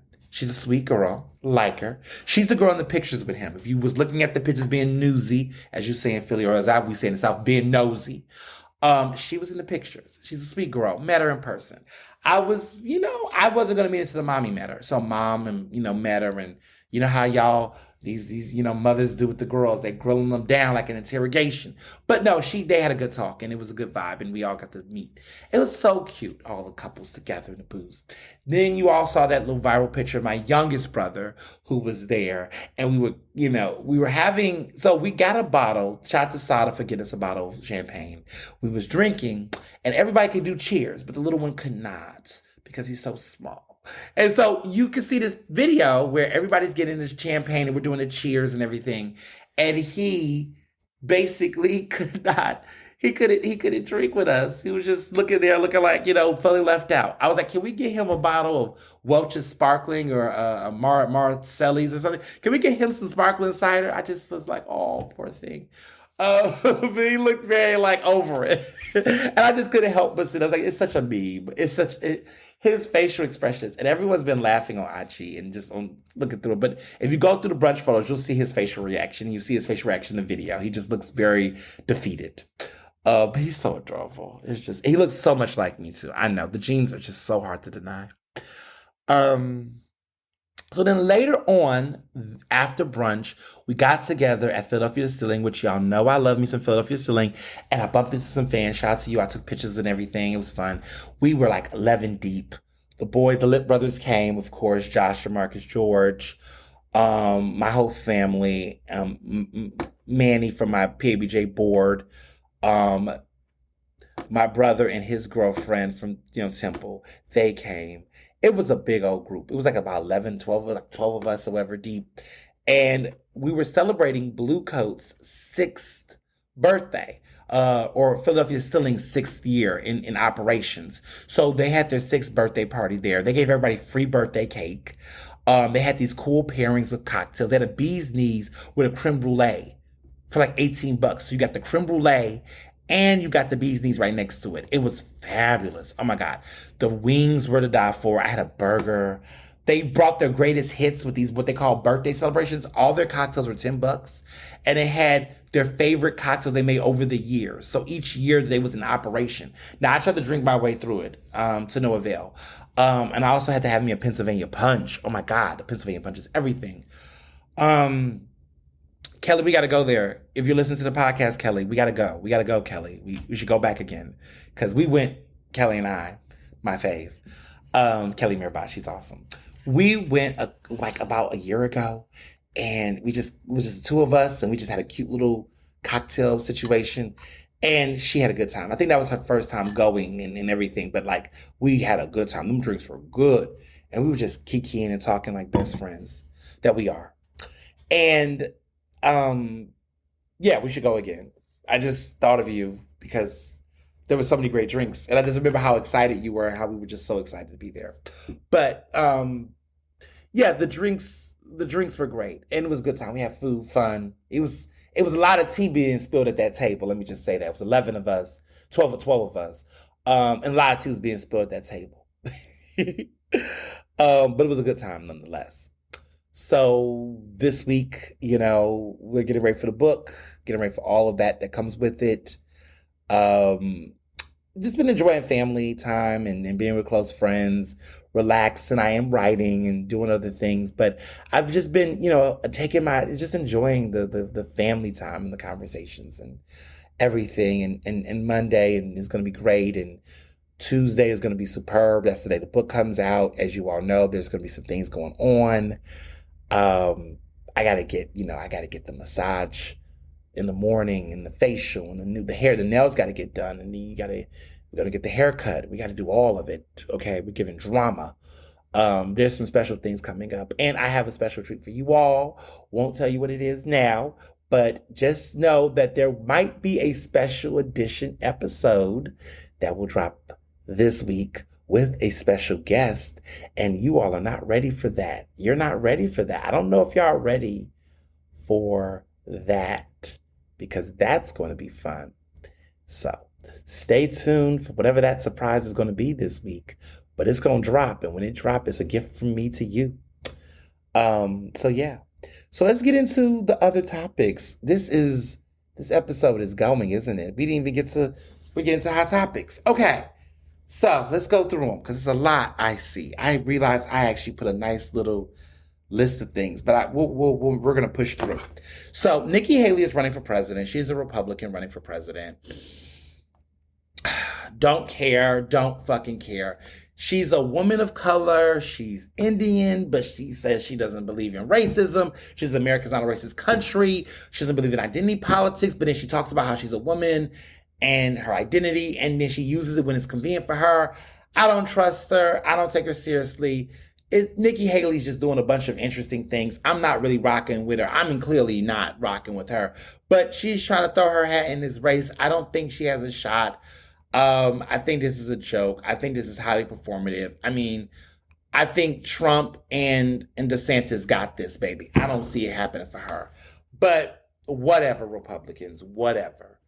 Don Lemon, however, had to apologize, and now he's not going to be on CNN as far as this morning goes. In Monday morning, the morning show, it seems like there's a lot of issues with Don Lemon with that crew. He's working with some younger anchors. There's 2 women and him. I think they thought, oh, the black gay guy with 2 white women would work, but it doesn't seem like he feels there seems to be a big disconnect between him and those anchors, and the chemistry in it seems to be off. Don Lemon is a night dude, okay? I want to say another word, but I can't say that on the podcast. But Don Lemon is a night, okay? Y'all know what I mean. He's night. He's nighttime. That's prime time right there.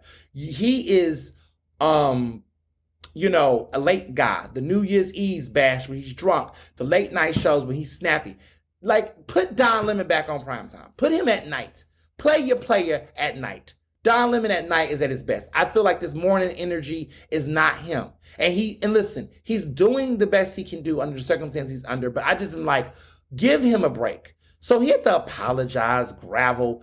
Daily Beast, reported it, but he had to like grovel, at the folks there or whatnot. He's had to do a lot of that. And I just kind of feel like, I don't know. He said, he said that Nikki Haley is past her prime, and it was read as sexist in a way. But real listeners that know Don understood where he was trying to go. Read the room, Don. I love to say read the room. I think, impact does trump intention sometimes. But to be clear, personally as a listener, I didn't think he was going in the sexist route. What he was trying to do was that Nikki Haley was trying to bring in this conversation about mental, cognitive test or whatever, making a shot, throwing a shot at Trump and Biden because they're older. And went in this route about that. And it was going down this loop about just making what people consider ageist remark. And yes, there is a national conversation about how old Biden is and how Trump is and all that. I get it. But she kind of went in this route of making that kind of remark and questioning their effectiveness based on their age. She was going down that route. And so he was like, look, if we play those type of games, then one would argue you're past your prime at your age. Like, he was trying to make a larger point that, like, at the end of the day, Nikki should not be throwing stones from glass houses. Because if you're going to go the ageism route, that normally typically goes more negative for women to do for men. It just should have been the point she was trying to make. But he was trying to say, look, some people could argue she's past her prime. Like, he was going to make a point. And I think in the midst of that, the new CNN, which I'm not really feeling personally, is under people that are trying to run this middle, centrist, super moderate, conservative voices, including the mixed thing. They're hiring old Trump employees. It's just not, I don't know. I'm not really feeling CNN like I used to. It's just weird shit going on. You're losing some great talent. I don't know what they're doing over there. And it's getting me concerned. And so I don't know. I don't know what Don Lemon is going to do because he made his apology, but I feel like they're really trying to like make a thing with him. And they're saying that lately he's been a distraction, quote. That's what they're saying. He's been a distraction. So I don't know. I don't know what they're going to do with Don. But if Don was smart, and if I was in Don Lemon's shoes, Don, start looking. Just figure out if there's anybody across the pond at MSNBC. Well, they got their own issues at MSNBC. But just, look around. Maybe, network. I don't know. Just sniff around and see if there's somebody who's interested in you, that's willing to pay you more or willing to do something with you. And you leave on your own terms. I would hate for the headline to be Don Lemon ousted at CNN, that he gets the axe. I would hate that. This man has had a long legacy. He is a pioneer and a trailblazer, He's done some groundbreaking things as a black gay man at that level and that pinnacle. I've met him. I like him. And I think that what's happening to him right now, I think there's just, I don't know. I think there is, Don, if I was you, just look, keep your options open and look around. It's going to be hell for them to take him out of there, though, because fans are going to feel this type of way. Because it's just too many people leaving. There's just too much going on. I was hearing about NPR affiliate show, The Takeaway is now going. I was on The Takeaway one time. They took that off Melissa Harris Perry. God damn it, where Melissa can't ever stay anywhere. And that's not because of her, mind you. I mean, remember when MSNBC, Nerdland, my good friend Abel, love him some Melissa Harris Perry, okay? Listen, he's one of those people. Stand for her. But she was good, people. Met her, great journalist, great person, okay? Melissa Harris Perry's a legend.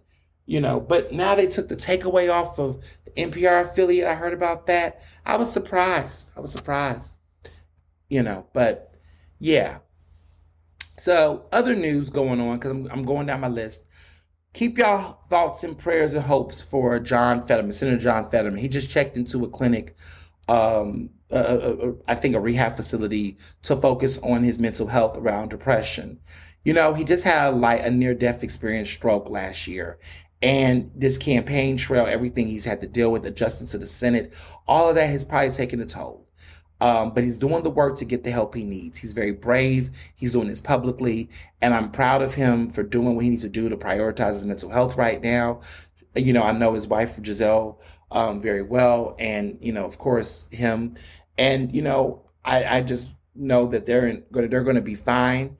I think it's important to note that, it's not easy for elected officials to speak out about mental health. And I think there's been a lot of transition. But what I'm happy about is that Senator Fetterman is doing the work now, as he just started his term in January, that he's doing the work now to get together, right? It's February. He's prioritizing his health. He's got a 6-year term in the Senate. His first term. A Senate term is 6 years, y'all. Not 4, not 2, not like Congress, where it's every 2 years. Not like president, where it's every 4 years. Senate terms are 6-year terms. So this is a lot. But he's starting off strong, doing the necessary work on himself to prepare himself for the battle ahead. So my thoughts and my hopes and everything goes to John. Also to Jimmy Carter. Jimmy Carter is 98 years old, and he's been admitted into a hospice. So you already know he is the oldest living president. We don't know how long he has with us, but Jimmy Carter has always been a great man. He's done a lot of great work, even though he was a one-term president. He's the last one-term Democratic president as of right now, but longest living president at 98 years old. But he's in the hospice. A legend. Jimmy Carter has done even greater deeds and good things long after his presidency. I think he's been more effective post-presidency than he was when he was president, people would argue, because he couldn't win re-election. Nixon came and swept at that point. But he got blamed for a lot of things. I think looking back in history, he was trying to do some things that people just wasn't talking about. His thoughts about climate change and other issues. He was just so progressive, a great guy, and a memorable president. So our thoughts and prayers go out to him. So there was a police killing at Temple. A Temple University police officer got killed. There's been a lot of people immediately responding about it. And, it's unfortunate what happened. He got killed, but we're going to talk about this in 2 parts. What is interesting to me, and just an observation, no judgment made on this officer, his family, being killed and being murdered is an unfortunate experience, by all means. And it is sad what happened to him. That is no way that anyone would want to lose their life being murdered in cold blood by a disgusting person, which we'll get to that person in a minute. But what's interesting to me about this death and what we see by the media and by elected officials, I have a critique, an observation on that critique. So the officer was killed on a Saturday night, this past Saturday. It was unfortunate. It was a devastating. I found out immediately elected officials all across the city, even the lieutenant governor, all of them are immediately putting out statements. Immediately putting out statements of remorse and there's thoughts and prayers. It's like a neighborhood watchdog unit. Just every elected official in City Hall and council, mayoral candidates, all are putting out statements immediately that night. And I'm looking at my timeline wow, their teams can get up and work and put out statements this time of night on a Saturday night. This is unfortunate, right? This officer was killed. It was just interesting how the rapid response of them could do this. And then I thought to myself, our children die in these streets. There's been mass shootings in these streets. I've seen innocent children be killed at fast rates. When we hear about this in the news, we don't see a collective response. We don't see a rapid response from our elected officials. They'll wait. Some of them might wait until the next morning. Some of them might wait, days later to speak on it. Or you could be like Mayor Jim Kenney and don't even show up to the place. We never see this response any other time. And what this tells me, that this is not, to be clear, anything about this young man who lost his life unfairly. But what it tells me about elected officials is that they prioritize police over civilians. They selectively prioritize police and the institution of policing over civilians. It's a fact to me. It's not about the individual themselves, but just we're talking institutions. That if everybody could get together at night, on a Saturday night, to get together and put out statements individually from the respective offices, they're telling us that they prioritize the life of the police state above that of civilians. If this young man, who is of color, who I've looked at his photos, who is looks like had a promising life ahead of him. If this young man was not a police officer and he was shot and killed in that same way, I know that we would have not had that collective response from the governor's office to the mayor's office. We would have not gotten it that night. And so what this tells me is that this is a city and this is a state that prioritizes the police over civilians. That a police death means more to them than their residents' death in their districts. You have people that are being killed every day in these districts, in these neighborhoods, in these communities, and these elected officials say nothing. They don't name them. They don't honor them. They don't. And so to me, it's not so much that this person does not deserve that. What it means to me is that why can't we do more? I'm not saying we do less. I'm saying why don't we do it for everybody? Why don't we work rapidly to pay attention, acknowledge those deaths, and give those families and those lives the proper respect and acknowledgement? This gun violence crisis that is happening in Philadelphia continues to be swept and not prioritized. If these people get up out their bed and give a statement out for a cop, why are they not doing it for our children? And I'm not saying it's an either or. I'm saying I want it all. If you're going to do it for them, you need to do it for our children. You need to do it for our community. And that does not happen. And that was something that really stood out to me. And I wasn't going to post about it yet. I wasn't going to do that because I know how context and the importance of context here. I know it well. But personally, I just thought that said something. That we don't do this for our kids. That we don't do this for our community. That we can easily get quickly invested. That we stop everything. We got to do this. We got to keep this same energy for our kids. I'm not doing an oppression Olympics. I'm not doing a whataboutism. Oh, I guess I am. What about the kids? What about the community? Because it does matter. But what I'm not doing is saying that one hurt is more important than the other. I think they both matter. So if you want to do the statements for fallen cops, that does matter to you, then do it by all means. But when these kids are getting killed out here and these neighborhoods are feeling what they're feeling, you gotta fucking say something. You can't say nothing for your district. I saw people that didn't even live in that district that felt like they had to prioritize and speak on it. Stay woke. Next one, media. Because I'm getting on local media's ass right now. It took 24 hours, I think, for us to get a mugshot of this motherfucker. This motherfucker is 18, living in a multi-million-dollar house, a scrub, white boy, white. They say he Latino, white. He ain't black. He don't got no color. He's white. White boy did it. Guess what? Mugshot came late at night. Not the same night when he shot the cop. And also tried to steal from him over his dead body, literally. No, we get the mugshot Sunday night. If he was black, we would have had the mugshot before the morning. I don't care what y'all say. Argue with your cat. Debate your cat. I'm telling you right now, it is something to be said that all of a sudden, y'all know what I'm talking about. All of a sudden, now listen, they captured him before the sun went up, which says something. Because if he would have shot somebody who was not a cop, they would have caught him. They would have caught him. They caught him because he shot a cop. I believe that if he didn't shoot a cop, they would have not found him as fast. I notice how they don't catch. It's just interesting. Just observe, stay woke. I'm all about justice. I'm happy they caught the man, but it's just interesting how fast things move for certain people, other certain people.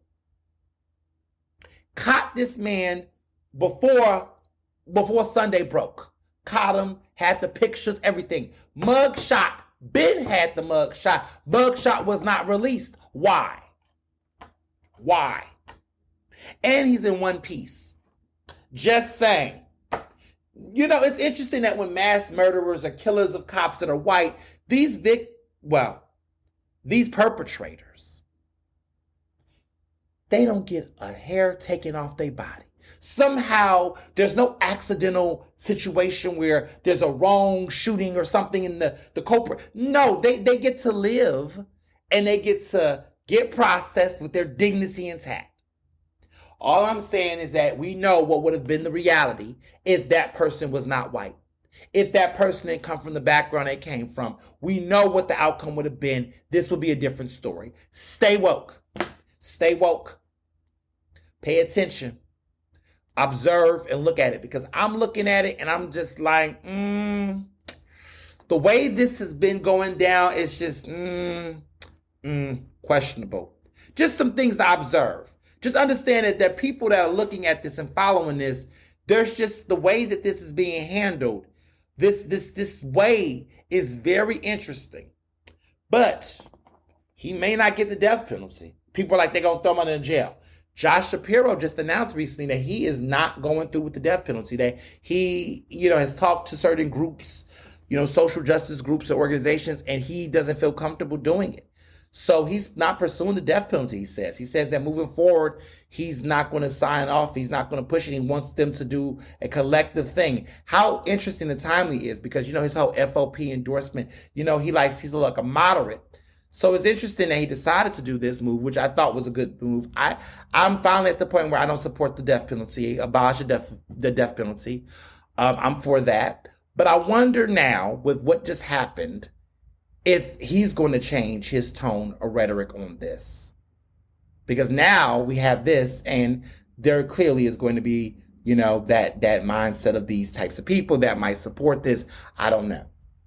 But I just wonder what's going to happen now that he has already publicly said he's not going forward with the death penalty. I wonder if his tone will change given what's been going on, because it seems like these police units got a stranglehold on our elected officials, and that somehow they just feel like this immediate impulse to have to respond to police in this way. It's very interesting. That's very interesting. Stay woke.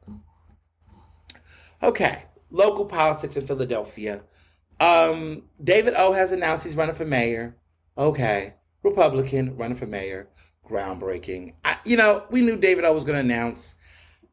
I mean, for starters, it's not a crowded mayoral race because the Republicans don't have a primary. So he's going to run in the general in November. So between now and November, he's going to be fundraising and stepping up his coins. The thing that's interesting to me about his departure is that now that he's resigned from council, that means that Republican at-large seat is going to be occupied. Who's going to take it? It could be. I don't think it's going to be a Republican, to be honest. I think that Nicholas O'Rourke just might have the seat now, because a new Republican isn't going to be able to come in there and take that seat. One person already lost the seat. Kendra has the other minority seat. I think Nicholas is going to take the other one. So you're going to have no Republican representation in at-large seats in Philadelphia. This is a historic first. The Republicans are going to be completely wiped out of at-large representational city council. Now, we still going to have one more left over there in the Northeast, but that might not even happen. I don't know. But we might be looking at a city council where it might be, we just, with faith and pixie dust, faith, magic, and with faith, trust, and pixie dust, maybe we can see a situation where maybe, depending on how these elections shape up, no Republicans in city council. There is a reality there.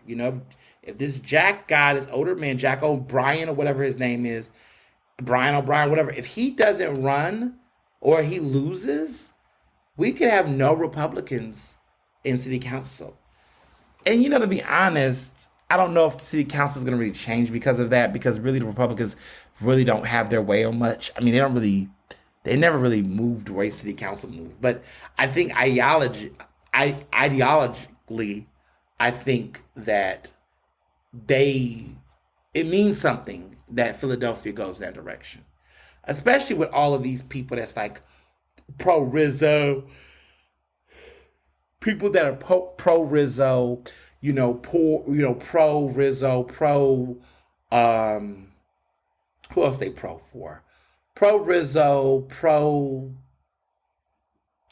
law and order, all that stuff. It says something that group is still going to be around, but they're not going to really have the influence to really sway and keep these types of elected officials in office. So we'll see what happens.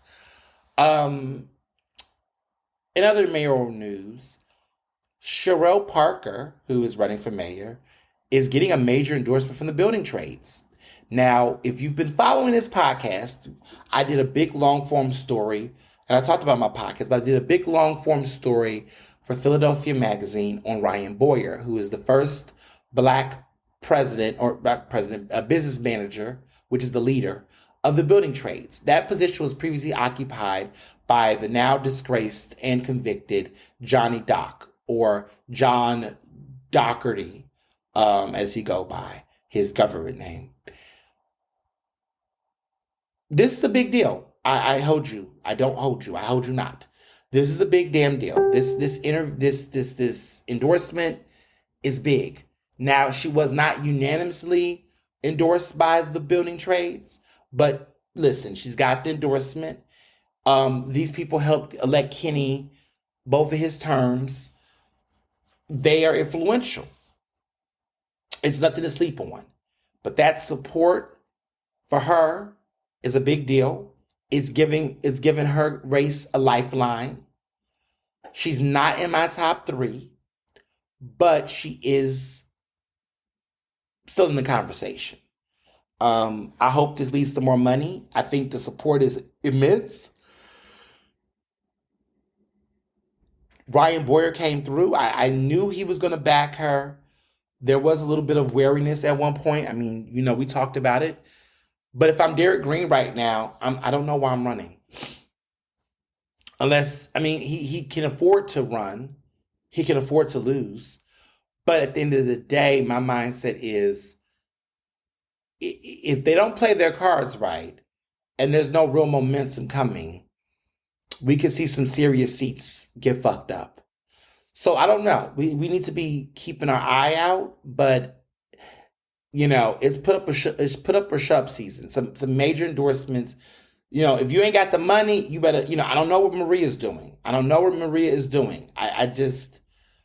not seeing movement. But if I'm Maria and Derek, I'm really like, Amon Brown, he's looking for that money to drop from that independent expenditure. I think that's what he's waiting for, in my opinion. If I'm Judge De Leon and Warren Bloom, I'm asking myself, and I'm Mike Stack, I'm asking myself, why am I here? The 3 of them can just drop out now. Stack, Bloom, De Leon, just go, get out the race, go away. No hate, no shade. Just this is not happening. You're not winning. You're not going to win. The money's not there. The name recognition is not there. Even if it is there, it's not there for this. Just go. Interesting news. Darrell Clark, City Council President Darrell Clark, it looks like he's going to retire. I know. I'm shocked. Because every time I turn around, Daryl Clark is always supposed to be retiring. And I always tell people, you can't tell Daryl Clark when he wants to leave. But it looks like Daryl Clark is officially leaving. And now this opens up me to drop in some other predictions. I think Kenyatta Johnson and I think Curtis Jones are clashing to go for council president. I think that they want council president. I think if I was a betting man, I don't know. It's hard to say where it's going to go because I think whoever wins these city council seats is going to determine who will have the majority votes to get council president. If the vote was done right now, I think Kenyatta would win with this group. But there's some changing tides and some loyalties, and I don't know what this new city council is going to look like, but that's going to determine who's going to get council president. But I know that it's either going to be Curtis Jones or it's going to be Kenyatta Johnson. Remember this podcast episode. Remember when I said this. Pin noted. Take your notes. Save it. Those two are gutting and butting heads right now. They're trying to get support around it. But those two are going for the top seat. That being said, though, Daryl Clark is going to retire. I'm about 99% sure. How do I know? His former staffers are now running for the seats. The chief of staff is going out getting petitions, but also a former staffer for him who was a legal advisor named Jay Young black man. He's in his mid-30s. Nice guy. Met him, used to know him when I was in city council. He's been around for a while. Put in that work. He's a lawyer. He's an attorney. He worked at the mayor's office. Not the mayor's office, the council president's office. Him and Daryl Clark go back. He's also going for the seat and running for the seat. But there's also other people that's not connected to Daryl Clark also running. It's going to be about 5, 3, 4, 5. It's going to be a lot of men running for this seat. I don't know who's going to win. Conventional wisdom tells me that maybe the chief of staff might win, the older guy. But then I know Jay works hard, so Jay could probably get it. If he works his connections well, he's got a lot of groundswell support. I could see him winning too. John Hankins, the guy John Hankins has been running, he ain't winning. They're not going to elect him. I mean, he's run for stuff in the past. He's won state committee. That's nice. But he's not going to win that 5th district seat. I don't know why he's doing this. He's related to Kenneth Walker. He comes from that family. So there is that Kenneth Walker family, you know, if you know North Philly, you know Kenneth Walker was the guy who could have beat Malcolm Kenyatta when when Malcolm ran for state rep the first term. He got knocked off the ballot. It was highly controversial. And that basically confirmed that Malcolm Kenyatta was going to win the state rep seat in North Philly, which he still holds to this day.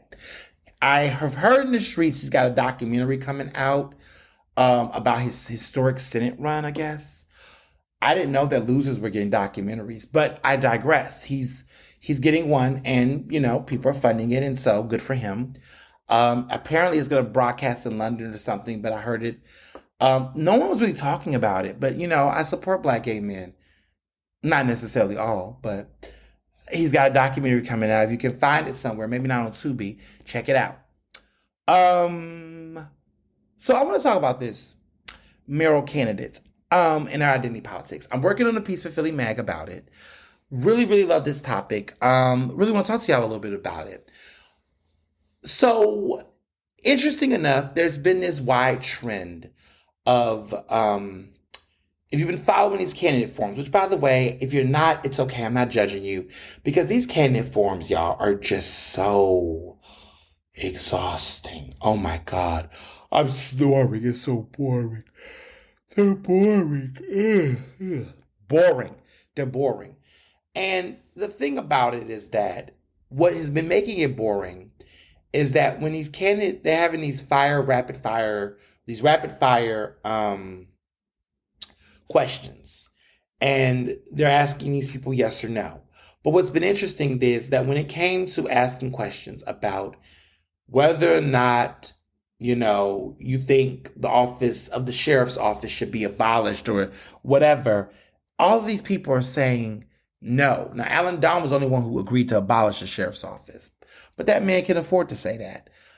These other candidates, though, the optics of them critiquing Black women in these positions, whether it's the Register of Wills office, which is by Tracy Gordon, whether it is by the sheriff's office, which is by Rochelle Balau in a position, or whether it is by the police commissioner, Daniel Outlaw, of the Philadelphia Police Department.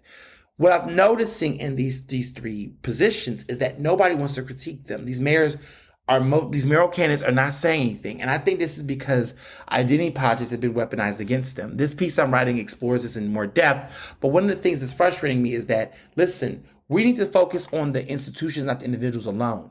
There has been issues at the sheriff's office long before Rochelle Bilal was there. It's a flawed institution by design. There's too much power, too much money, and too much waste that's happening there. And it's basically sets people up for corruption and problems legally. Like every person who's been in that position has had some type of controversy. The management there sucks. The issues with finance, it's just not a good look for that office. So I just find it to be, I don't think we need a sheriff's office. Honestly, you could take that office. Nutter did some work on this years ago where he tried to get rid of the row offices and put them into municipalities and spread them into other areas. This city government is huge and too fat and too big sometimes. And these row offices are just a pointless institutions that just take so much money. And the people that get these positions are just, we just don't need them. Police department, you know how I feel about Philadelphia and the police state and the institution is B. But there's nobody calling these people to accountability. No one's saying outright that they will fire them. Now, like I said, Dom is an exception, but everybody else is just not saying anything. And honestly, I think this is a disservice for voters because I do think voters should know, what do you plan to do with these institutions? And not saying anything because you're worried about what it looks like, because you're scared that Sherelle and them are going to say, y'all are attacking because I'm a black woman. Well, no, I'm coming at you because you're not a good elected official. I'm coming at you because your policies suck. I'm coming at you because you're not accountable. Go in. But they don't want to do that. They're cowards. And I'm disappointed in all of them because they're playing the wrong optics. This is a time for people to pick positions and then to go 10 toes down and tell the people what they are. We are less than 100 days from this mayor's race, people. The primary is less than 100 days away. We need to know where these people stand. So I am disappointed. And when I meet these mayoral candidates, some of these people that message me, I'm going to tell them directly, you need to speak up. You need to take a stance. You need to say something. Stop playing politics. I know you're a politician, but stop playing identity politics with this shit. Keep it moving. I just had to get that off my chest. So now, Chris Brown. Yes, we're going to talk about Christopher Maurice Brown, who we mentioned earlier in this podcast about his meet and greets. So I went viral on social media this week. Chloe from, of course, Chloe and Holly, the group, now she's solo. She dropped her album. The album is coming out in March next month. I was excited about the album. The singles are short as hell. They've been like all 2 minutes now. But, she hasn't really had anything chart really seriously since...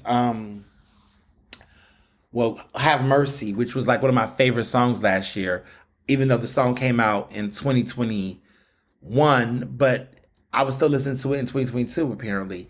And interesting enough, this album, that single came out nearly 2 years ago, and now we're finally getting an album. But at least she's doing an album, because I don't know what Normani is doing right now.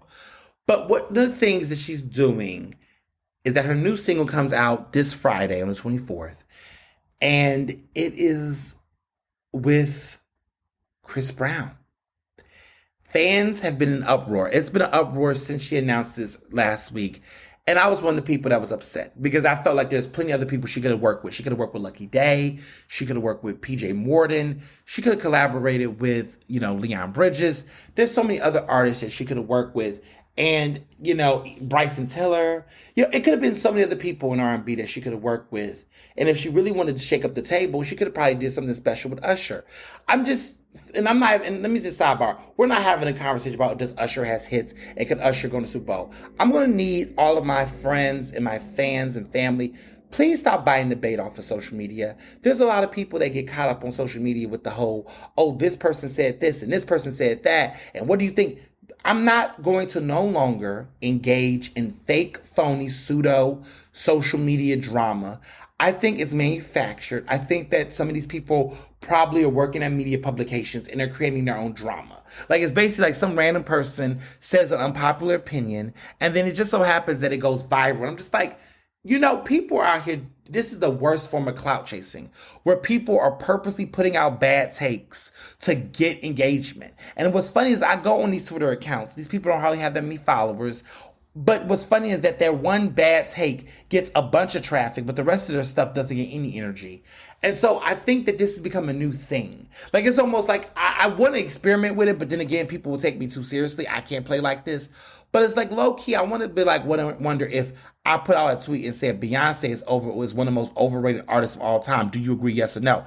I can imagine a bunch of people in my quote tweets and mentions going off about it, defending it and arguing and debating and really just losing their heads.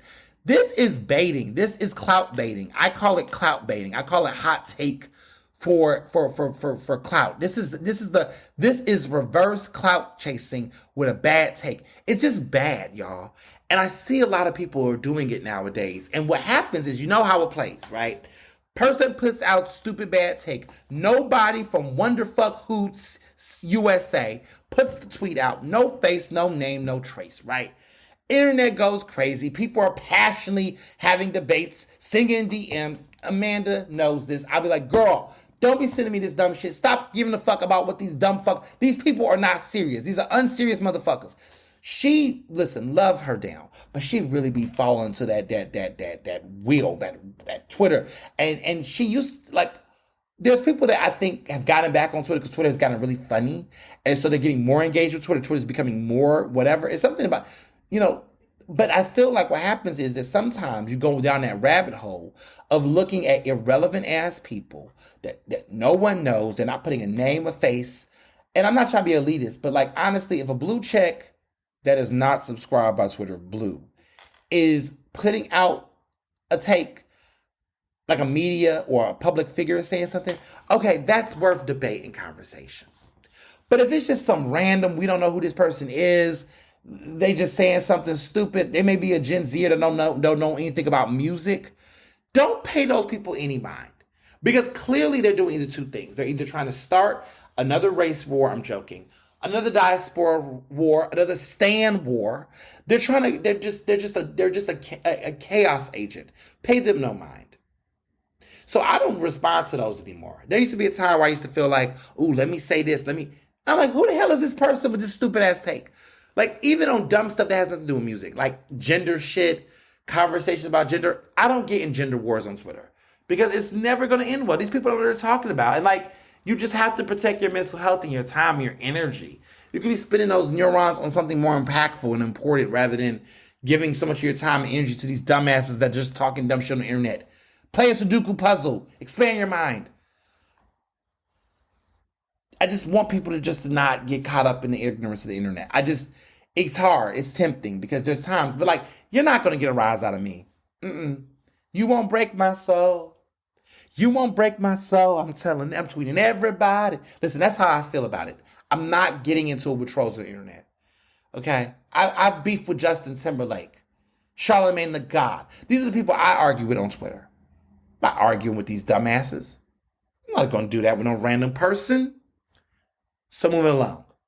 So that being said, in full context, Chris Brown is collaborating with Chloe. The internet is going crazy about it.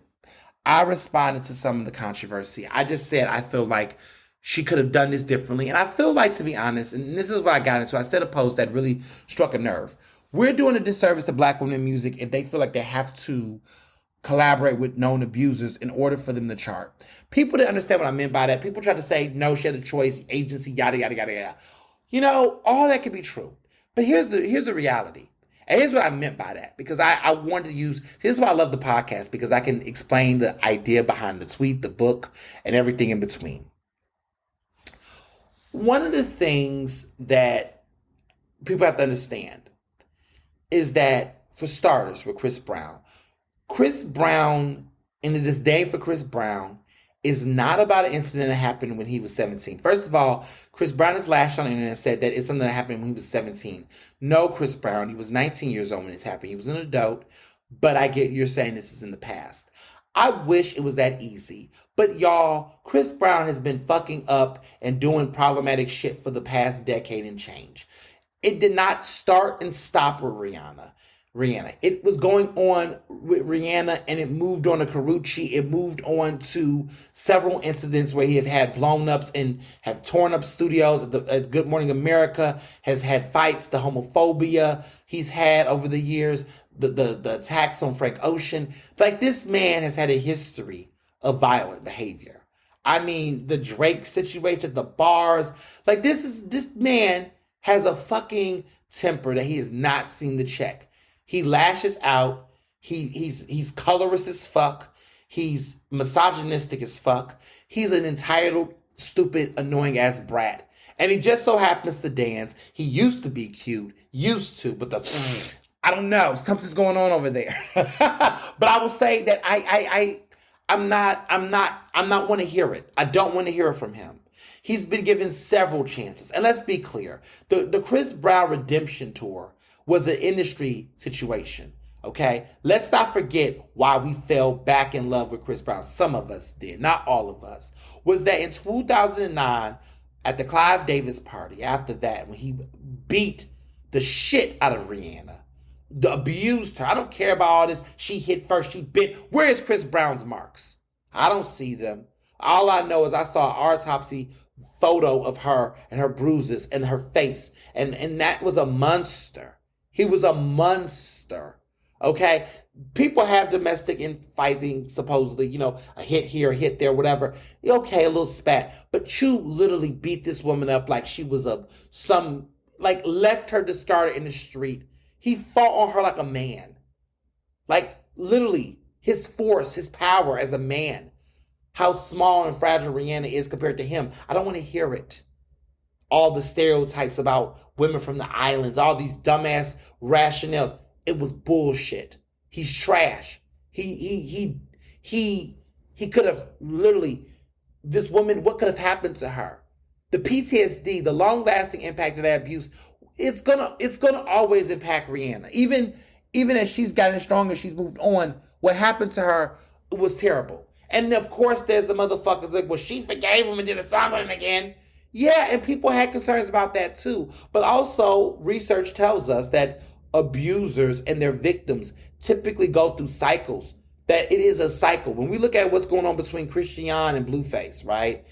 That there is a cycle of on again, off again that happens. And sometimes they say it takes a woman 7 times of back and forth before they finally leave. But like, if you have never been in an abusive relationship, or you're not reading research, or you're not talking to victims, and you don't have empathy, don't discuss this. And don't ever weaponize that against her. Because what's funny to me is that when Chris Brown went on his rant, he threw all these shots at all these white men doing, well, what about white people when they do? What about this person? I mean, he goes in on all these white men who's been accused of abuse and done things. And I'm looking like, so you're talking about yourself? You're comparing yourself to these trash-ass men? He's talking about Mel Gibson. He's talking about these people. And I'm like, all of that is fine, but you're acting like you was ever canceled. Was Chris Brown really canceled? Because this incident happened in 2009, and next year is 2024, and that's been 15 years. And Chris Brown is continuing to sell out tours and sell tickets. The issue with Chris Brown is that Chris Brown thinks that cancellation means people being critical of him. No, people can be critical of you all day long. You're going to always be criticized for what you've done. But it's not just about Rihanna. It's bigger than Rihanna. He's been doing this for years. His rap sheet on abuse and violence and intimidation to whether women or men. I mean, this is a man who basically taunted, Kehlani when she was dealing with suicide issues and tried to, when she talked about her trauma while she was saying she was suicidal, he gaslighted her on Twitter. He's a disgusting person. He's just a horrible person. And he's so entitled and he's so bratty. He feels like, everyone's supposed to, they're not groveling at his fucking feet. Then it's hate. No, you're just annoying and you're mediocre. Your music is redundant. It's the same songs, the same fucking songs, the same sounds, the same producers. I mean, granted, the music's not god-awful in the sense that if you like that kind of sound, you can play it 5,000 years. You can't even differentiate the Chris Brown albums after Fame. Like, after Fame, those albums begin to all run like a sound. I couldn't tell you what the latest Chris Brown single was or anything after Loyal. I haven't followed him. I haven't. I mean, he's out there collaborating and working and trying to do this redemption. He wants people to like him so fucking much, yet he's so fucking crazy. He's stupid. He's annoying. He's trash. I just don't get it. I don't. And the people that like him are the same people that was stood by R. Kelly. It's the same type of fans. It's the same type of delusional fans. And this is what stan culture is. This is what stan culture looks like. And honestly, as far as Chris Brown goes, it's just, and to put this in context, in the paradox, because Chloe's in a paradox. And I'm going to tell you what makes this a paradox, is that she knows to a certain extent, right? Before I get to him, Chris Brown has a strangle on the R&B. Out of all the R&B male musicians out there, Chris Brown is the highest selling. Chris Brown is still relevant. In a time where people are questioning the viability of R&B, contemporary R&B and music, Chris Brown has been able to be consistently successful. He is winning American Music Awards. He's getting tours. He's still consistently pushing music that sells. Every time Chris Brown has a single or a song comes out, it typically charts. It may not chart number one, but he's got in the Billboard top 10s in the last year or so. He's on the top 20. He's on top 40 radio. Like, Chris Brown has a very successful career. Like, we act like, he has a successful career. People are delusional. People will give him a chance, 1,000 chances over. They love people like him. Chris Brown is a super successful. He is currently one of the most successful R&B artists, male artists out. So if you are an artist that is struggling, and I've seen it happen, I call it the Nikki paradox too, where Nicki Minaj, you see this happen. It was an era, right? If you are an up-and-coming artist, if you wanted a song to chart on the Billboard Hot 100, you would call up Nicki, or you would call Chris Brown, or you would call Lil Wayne. There was a time where if you collaborate with any of these three people, you were guaranteed to have a song that charted. I don't know if it's going to chart at number one, but goddamn, if you was a new up-and-coming artist or an artist that needed to get an image, even if, let's say, you, for example, was not a new artist. Let's say you was an artist that wanted to get your career resurrected. These were the three artists you would go to. If you collaborate with Chris Brown, you knew that a Chris Brown collaboration would get you on the charts. If you was a rapper, if you put Nicki on a song, you knew it was going to get buzz. If you got Lil Wayne back in the day when Lil Wayne was hot, or T-Pain, don't forget T-Pain. These were like the people that if you collaborate with them, your song was going to get on the charts. Chris Brown is still that artist. Nicki is still that artist. Right? They have strong, polarizing fan bases that no matter what they do, these people are going to go out there and stream and listen to their music. A collaboration with them is a big deal. Now, let's put this in context with Chloe. Outside of Have Mercy, which came out in 2021, Chloe really hasn't had any major songs that have really charted well as a solo artist. A lot of these songs are good, but they just have not made the type of impact on the charts. She's done visuals. She's done all the things that they TikTok and the streaming to make these songs bounce. They're just not sticking. And so I think that her label, I think her team was like, look, we need a song and we need a collaboration. And let me give her credit. She collaborated with, I believe, Lotto. She collaborated with other artists. She's tried to do it the way to get there, and it just is not sticking for her. But Chris Brown, listen, there are people, I was looking at the social media energy to that post. Yes, there are people that dislike it, like myself, and critique it, but their likes are there, over 100-something thousand likes. This song will chart. I don't see it not charting on the, I believe that when this song drops, it's going to instantly chart on the Hot 100. It's going to chart, y'all. If it don't, I'll be shocked. I'll be shocked if it don't chart. I'll be shook. But I think it will chart. Chris Brown just has the ability to get the people streaming his shit. He has a loyal fan base. And to be honest, what's interesting enough is that this is where is a paradox, is that Chloe will have to take on this controversy that is probably one of the lowest, worst moments of her career thus far. Like, when people say, what are problems with Chloe or issues or problematic moments? She's had a couple other little dingy moments, but this will be a memorable one that she decided to collaborate with Chris Brown. Like, people are going to say, yeah, that was a bad look for Chloe to do that decision. However, the paradox of it all is that She has to have this controversy in order to chart. That working with Chris Brown, in spite of his controversies and his problems, is actually going to give her career a boost. God damn it. And a lot of other artists, okay, have done this same thing. We saw it back in They Were R. Kelly. We've seen it with Chris Brown, with other artists. Our faves feel like they have to, because unfortunately the music industry is such small that they've let now that there's no R. Kelly, but they've let Chris Brown dominate the R&B space. They have not done enough to elevate enough other black R&B artists. There are other options out there, y'all, countless ones. But for whatever reason, he has just continued to maintain the lion's share of radio play and support and Billboard support and industry support and media. It's just been very interesting that he has literally had to fight and push, and people just won't let him go. So Chloe's going to do what she's going to do, but let's just stay woke and know what's up. So on the New York Times, they've been out right now with the information on transphobia. There's been controversy at the New York Times about how they've been covering the transgender community.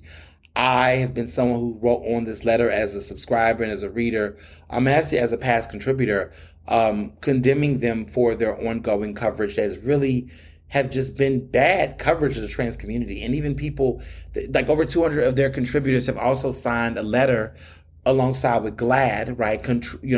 Basically critiquing them on these decisions. It's just really weird what's happened in New York Times lately. It's just some weird stuff. And then what's weird is that when the letter went out last week and it was the controversy, they ran an op-ed by this really problematic columnist or opinion writer that said in defense of J.K. Rowling. So they're making a decision, even with everything going on, that they were going to release an op-ed double downing on the fact that they're going to stay firm on this anti-trans agenda. I'm not feeling it. This is just interesting that they're going down this route. I don't know. It's just not looking good. Other things that are not looking good in media. Fox News. The tea is hot over there, Fox News. Fox News knew that Trump's election lies was bullshit the entire time. So in this big lawsuit that's happening right now there is a lawsuit with Dominion Voting Systems that has a $1.6 billion defamation lawsuit against Fox News. They, in discovery, with the briefing, an unsealed brief connected to this has shown, and listen to this carefully, that Fox News bigwigs that were criticizing Trump's big lie while advancing the stolen election conspiracy theory on air, while quote unquote simultaneously trying to punish a Fox News fact checker for reporting the truth. Now, this was reported in the Daily Beast, an op-ed by Matt Lewis, who's a senior columnist for them. But he gets into this, but really, these people, right, thought that, Laura Ingraham thought that Sidney Powell was a complete nut who was the attorney defending him. Lou Dobbs thinks that Rudy Giuliani was full of shit. Brett Baer thought that the allegations of voter fraud was quote unquote bullshit. North Koreans do a more nuanced show than Lou Dobbs. That was what the president of the network said. Listen, Tucker Carlson said that Trump is a demonic force. They all knew. The receipts are there. They found out that these people at Fox News the entire time knew that this election, this big lie was happening. And even though they knew it, they still decided to go on air. Listen, if I write this book, The Case for Cancel Culture, Fox News bring me on and Tucker Carlson bring me on, I am going to drag them to filth. Bring me on Fox News. I would love to go on Fox News now because I am ready to derail the conversation, deflect, and turn it into something else. Fox News, call me. I'll come on the show and talk about my book. Because I know they're going to slam the book. I know they're going to trash it because they hate cancel culture. But I'm here for it. I know libraries are going to ban the book most likely and places are going to ban it. We're here for it. But what's funny is that what we find out is that these people know they're crazy like us. I tried to tell y'all that misinformation sells in this damn age. And it's sad. Misinformation sells. Confirmation bias is the capital that runs this country's media media system. Confirmation bias, right? People want to hear things that confirm their bias. It's a research term that we use in the communications theory world. Confirmation bias, look it up. It's a real thing. This phenomenon has been driving Fox News all day, every day. Even MSNBC and CNN. People go to certain channels to confirm personal biases and things they like. It's sad that this is not even real journalism anymore.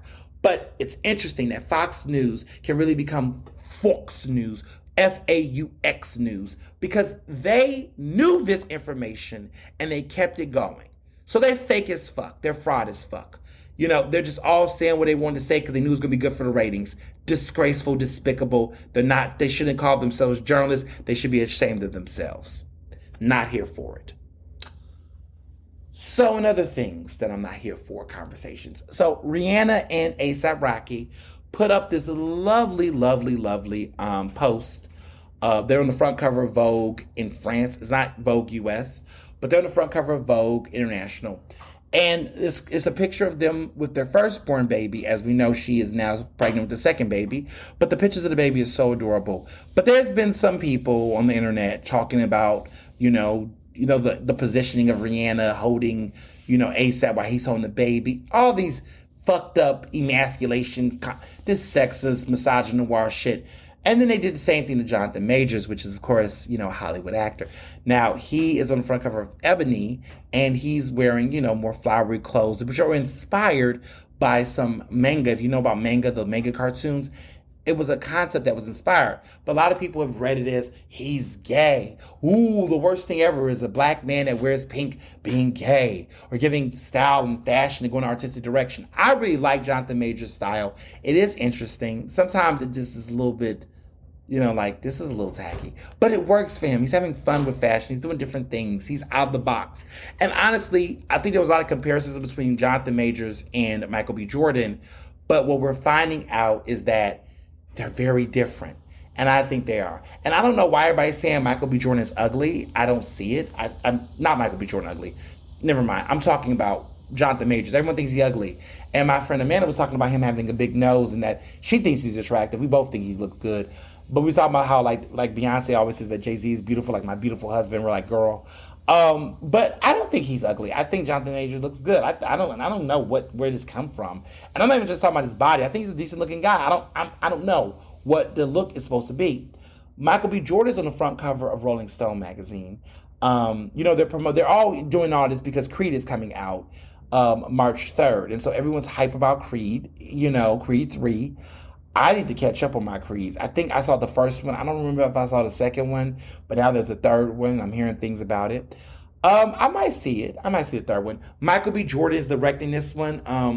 Ryan Coogler is no longer directing. Michael B. Jordan is directing the third one. I mean, there is interest in it. I mean, it did resurrect the Rocky series. And, Sylvester Stallone is slowly but surely fading out. There's a whole new series and interest. And I love that it went black, y'all. I love it. So it's interesting there. Now, speaking of Vogue, remember there was that lawsuit with 21 Savage and Drake with Vogue about, this lawsuit about them copying Vogue covers and mocking them. Well, they've been fined and, they settled. I'm sorry, they have settled. Vogue won the lawsuit. They settled. So Vogue is going to make money off of this, which as a publication, I know they're happy that they got some coins going over there at Condé Nast because Lord knows Condé Nast need it. So these types of lawsuits help keep the price going. Shout out to Vogue for winning the law for getting the settlement and getting money. So Drake has to cough up them coins. It don't cost to do marketing, and he did it for an album that kind of came and went. The 21 Savage Drake collaborative album, it kind of came and went, and quite frankly, people are not really that crazy about it because of the fact that, he throws those shots at Meg Thee Stallion in the song. So people are feeling some type of way. Just saying. So I want to talk about this quickly. There's been buzz about Tyler Perry recently taking care of the elders in his area, that the because of his studio, the rates of which his money and everything was going, the rates of which people were paying and supporting or whatever, the housing costs were going up, and that people were concerned that the elders were being pushed out of affordable housing. Well, he's done did some subsidiaries where he's paying for it to keep their houses in control. Very generous, nice thing. The man's about to be a billionaire. I think he's a billionaire. But here's my concern about this. My concern about this is that while that is a nice thing to do, the reality is that if he didn't do it, or he chose not to do it, these people would have been pushed out. And the government, right, local government, right, mayor, all of the mayor over there, Atlanta, they should be doing things to protect these people's houses outside of what's happening with that studio or whatnot, or when big studios come into these neighborhoods. I mean, what Tyler did was notable, but it's like the fact that even has to happen, or that things like that have to happen to do that, it's just to me disappointing. Because that shouldn't be the standard. The policy should be the city should find ways to protect and policy. Why do we have all these legislators if no one's legislating? Is everybody just on TikTok and Facebook and Instagram? Are people just at fundraisers raising money? Like, where the fuck are legislators at? Like, these people say, I'm going to go in office, I'm going to serve the people. How are you fucking serving us? What are you doing? Serving us backpacks? Serving us, meals and Valentine's Day heart parties? Fuck that. Like, where are the laws and policies to improve the quality of living and life for people? Like, just over it. So, sidebar. You all have asked me about this restaurant in Jersey that has a policy that says the ban kids under the age of 10 from attending a restaurant. What would I thought about that? Listen, as a person who has no kids, does my opinion matter? I don't know. But this is what I will tell you, though. I think that there are some restaurants that were clearly made for kids. And I think there are some restaurants that are not made for children to attend. And I think that what has happened over the years is that people have gotten away with bringing their children, small children, to restaurants. And, people have made adjustments. But honestly, I feel like if you can't put the kid in a stroller, but then again, kids cry. Kids uncontrollably make noise. And I do think that if you own a property, I do think you can really elaborate what the ambiance is, because I've gone to bars, y'all, and places where I've seen people bring small kids out to bars. And I'm just like, how do you have kids out here amongst smoke or cursing and grown folks being grown? How do you feel? I mean, like, get a babysitter. Get the little brother, the sister, somebody. Like, I just think small kids can go everywhere. And they shouldn't. Like, when I was little, I remember growing up where my mom, we was latchkey kids, but my mom and my stepdad, or whatever, went on dates or whatever, they would go to restaurants and, we would stay at the house. We was old enough to, but sometimes we have a babysitter.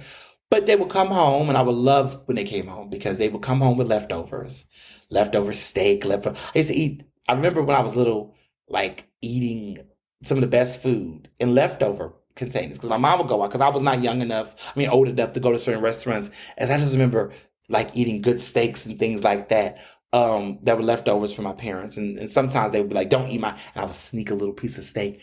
I used to love those days. But, like, to me, yes, some restaurants should not have kids like there. I don't think every restaurant, clearly, but I can understand that maybe this restaurant, somebody must have broke something. Something must have went down a couple of times at that damn restaurant in Jersey for them to put that policy. You don't wake up and say that if you don't. But it's just some restaurants aren't. Go to restaurants that have kid menus.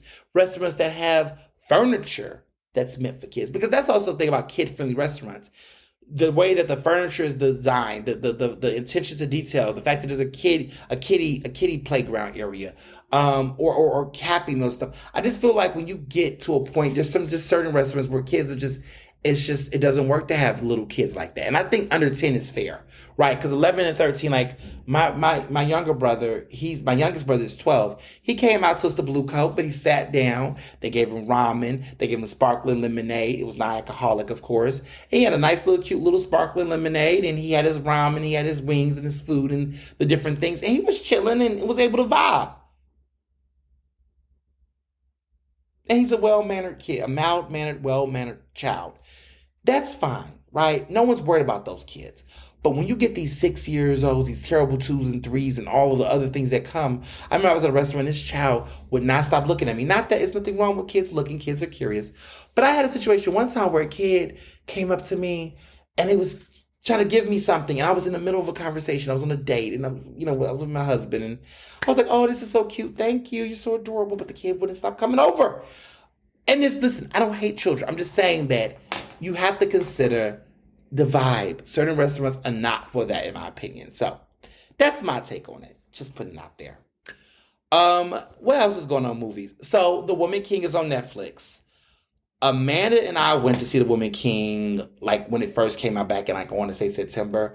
We cried. It was such a great film. I saw it again on Netflix. It's so good.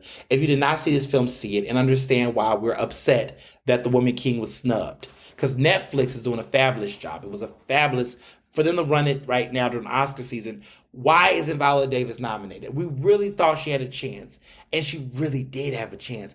I was surprised because I thought at first the way the movie was filmed, I thought, this may not be that. But Viola Davis can turn any film into something worth Oscar consideration. And the fact this movie was completely snubbed by the Academy, I'm just disgusted because it's just like every other major award show for the most part nominated. But when you see this movie, you're going to realize, wow, this could have got costume design. I think Best Director for Gina, the black woman who directed it. It was a box office smash. I just am disappointed in the Academy for that. But it's a great film. Watch it on Netflix right now. Happy Black History Month. And also, Wakanda Forever is on Disney+. So for those people who want to see Wakanda Forever, it is on Disney+. Other things. So BAFTA, which is the British Academy Awards, they had their winners. All Quiet on the Western Front, which is the Netflix film, got major Best Picture awards. But their acting categories were shocking. Best Actor went to Austin Butler for Elvis. Cate Blanchett won Best Actress for Tar. Best Supporting Actor was Barry Keoghan. And Best Supporting Actress was Carrie Condon. I was shook. Not everything, everywhere, all at once. The supporting actor who's been winning every award does not win in this category. I mean, Michelle Yeoh, we knew Michelle Yeoh was not going to win Best Lead Actress, but I just knew Colin Farrell was going to win Best Actor at the British, but the Irish and the British be clashing.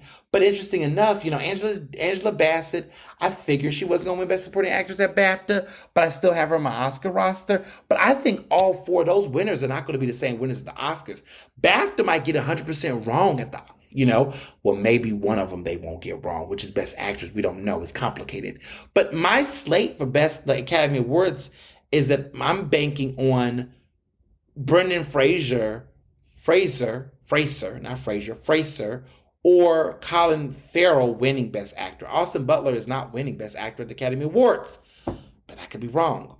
We always call it the Bohemian Rhapsody situation because, I did not know that Rami Malek was going to win Best Actor. I just, for that role, he played Freddie Mercury. It's interesting. I thought that Christian Bale was going to win for playing Dick Cheney in Vice. That's where my money was going. But no, they gave it to Rami Malek, who also won a Best Actor Emmy for I, Robot or Mr. Robot, which was a shortly lived show, which was really good when it came out. But he out here, listen, he got an Emmy and an Oscar. Watch out, EGOT. Watch out, EGOT. He might be coming for it. That's not bad. But yeah, I don't know. Maybe they might pull one of those because they love a good biopic. And, it's a musical biopic. They love biopics. I don't know.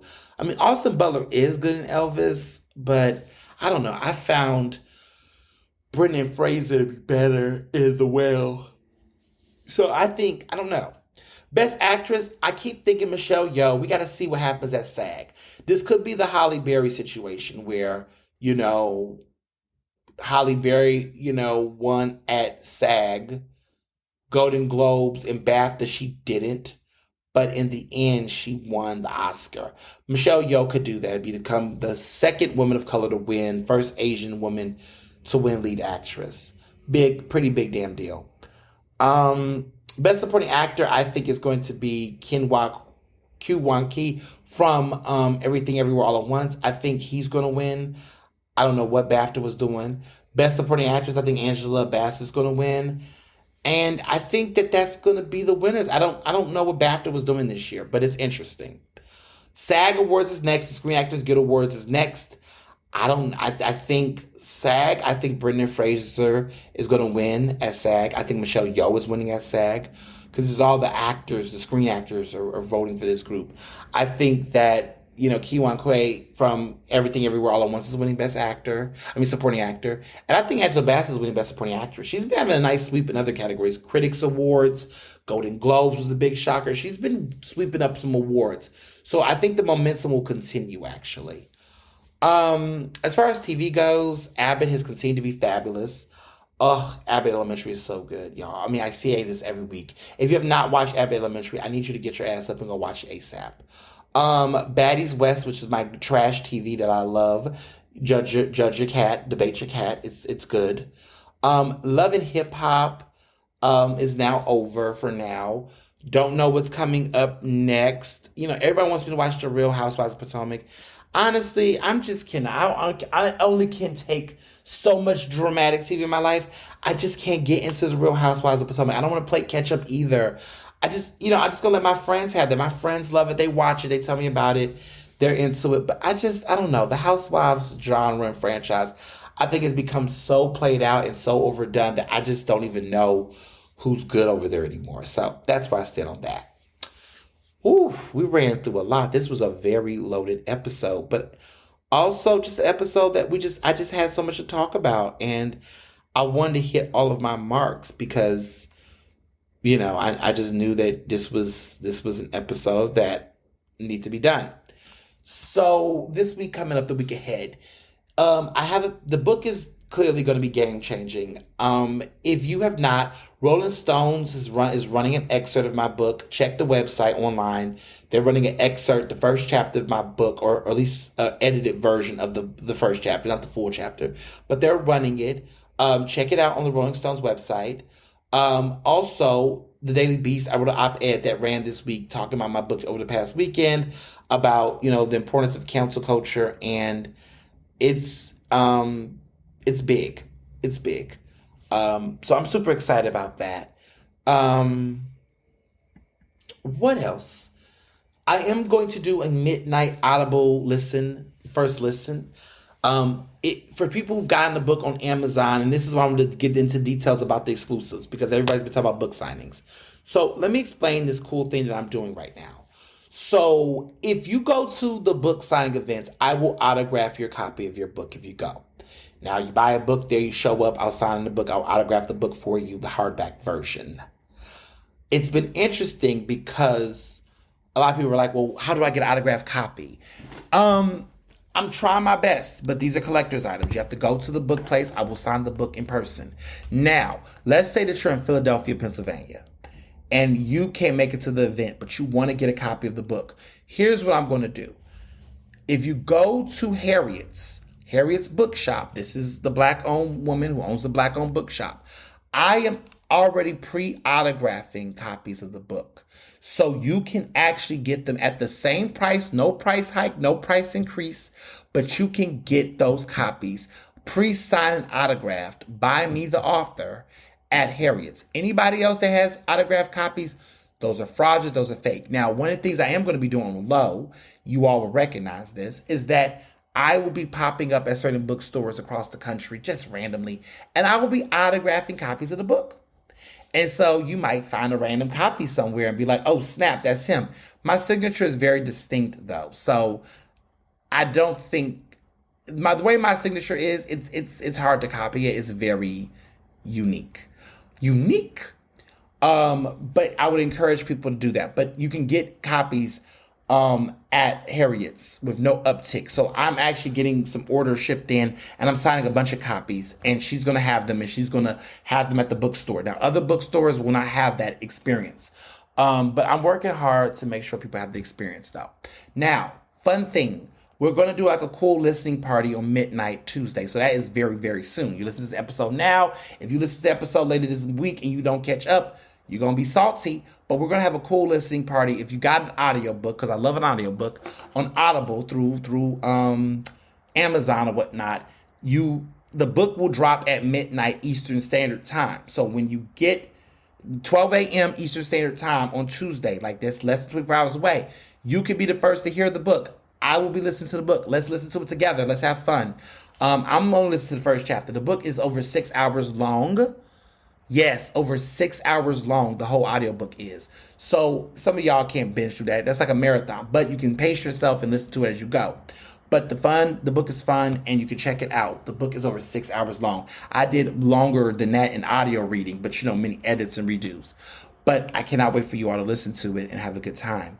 But yeah, that's everything over here, and can't wait for you all to just check everything out, read the articles. I have an interview with Laura Schwartz at Philly Mag. We're doing a special interview. I got lots of great press going out. The Boston Globe Emancipator did write up on it. There's going to be tons of media coming out this week around the book, interviews and stuff all over the place. If you catch them, tag me, show up, show love. There's going to be a big, huge outpour of media this week about the book. So TV, radio, podcasts, digital, online, it's everywhere, y'all. I know some of y'all already seen this content already, but it's everywhere. This is going to be a huge, epic week. This is going to be a huge, epic rollout for this book.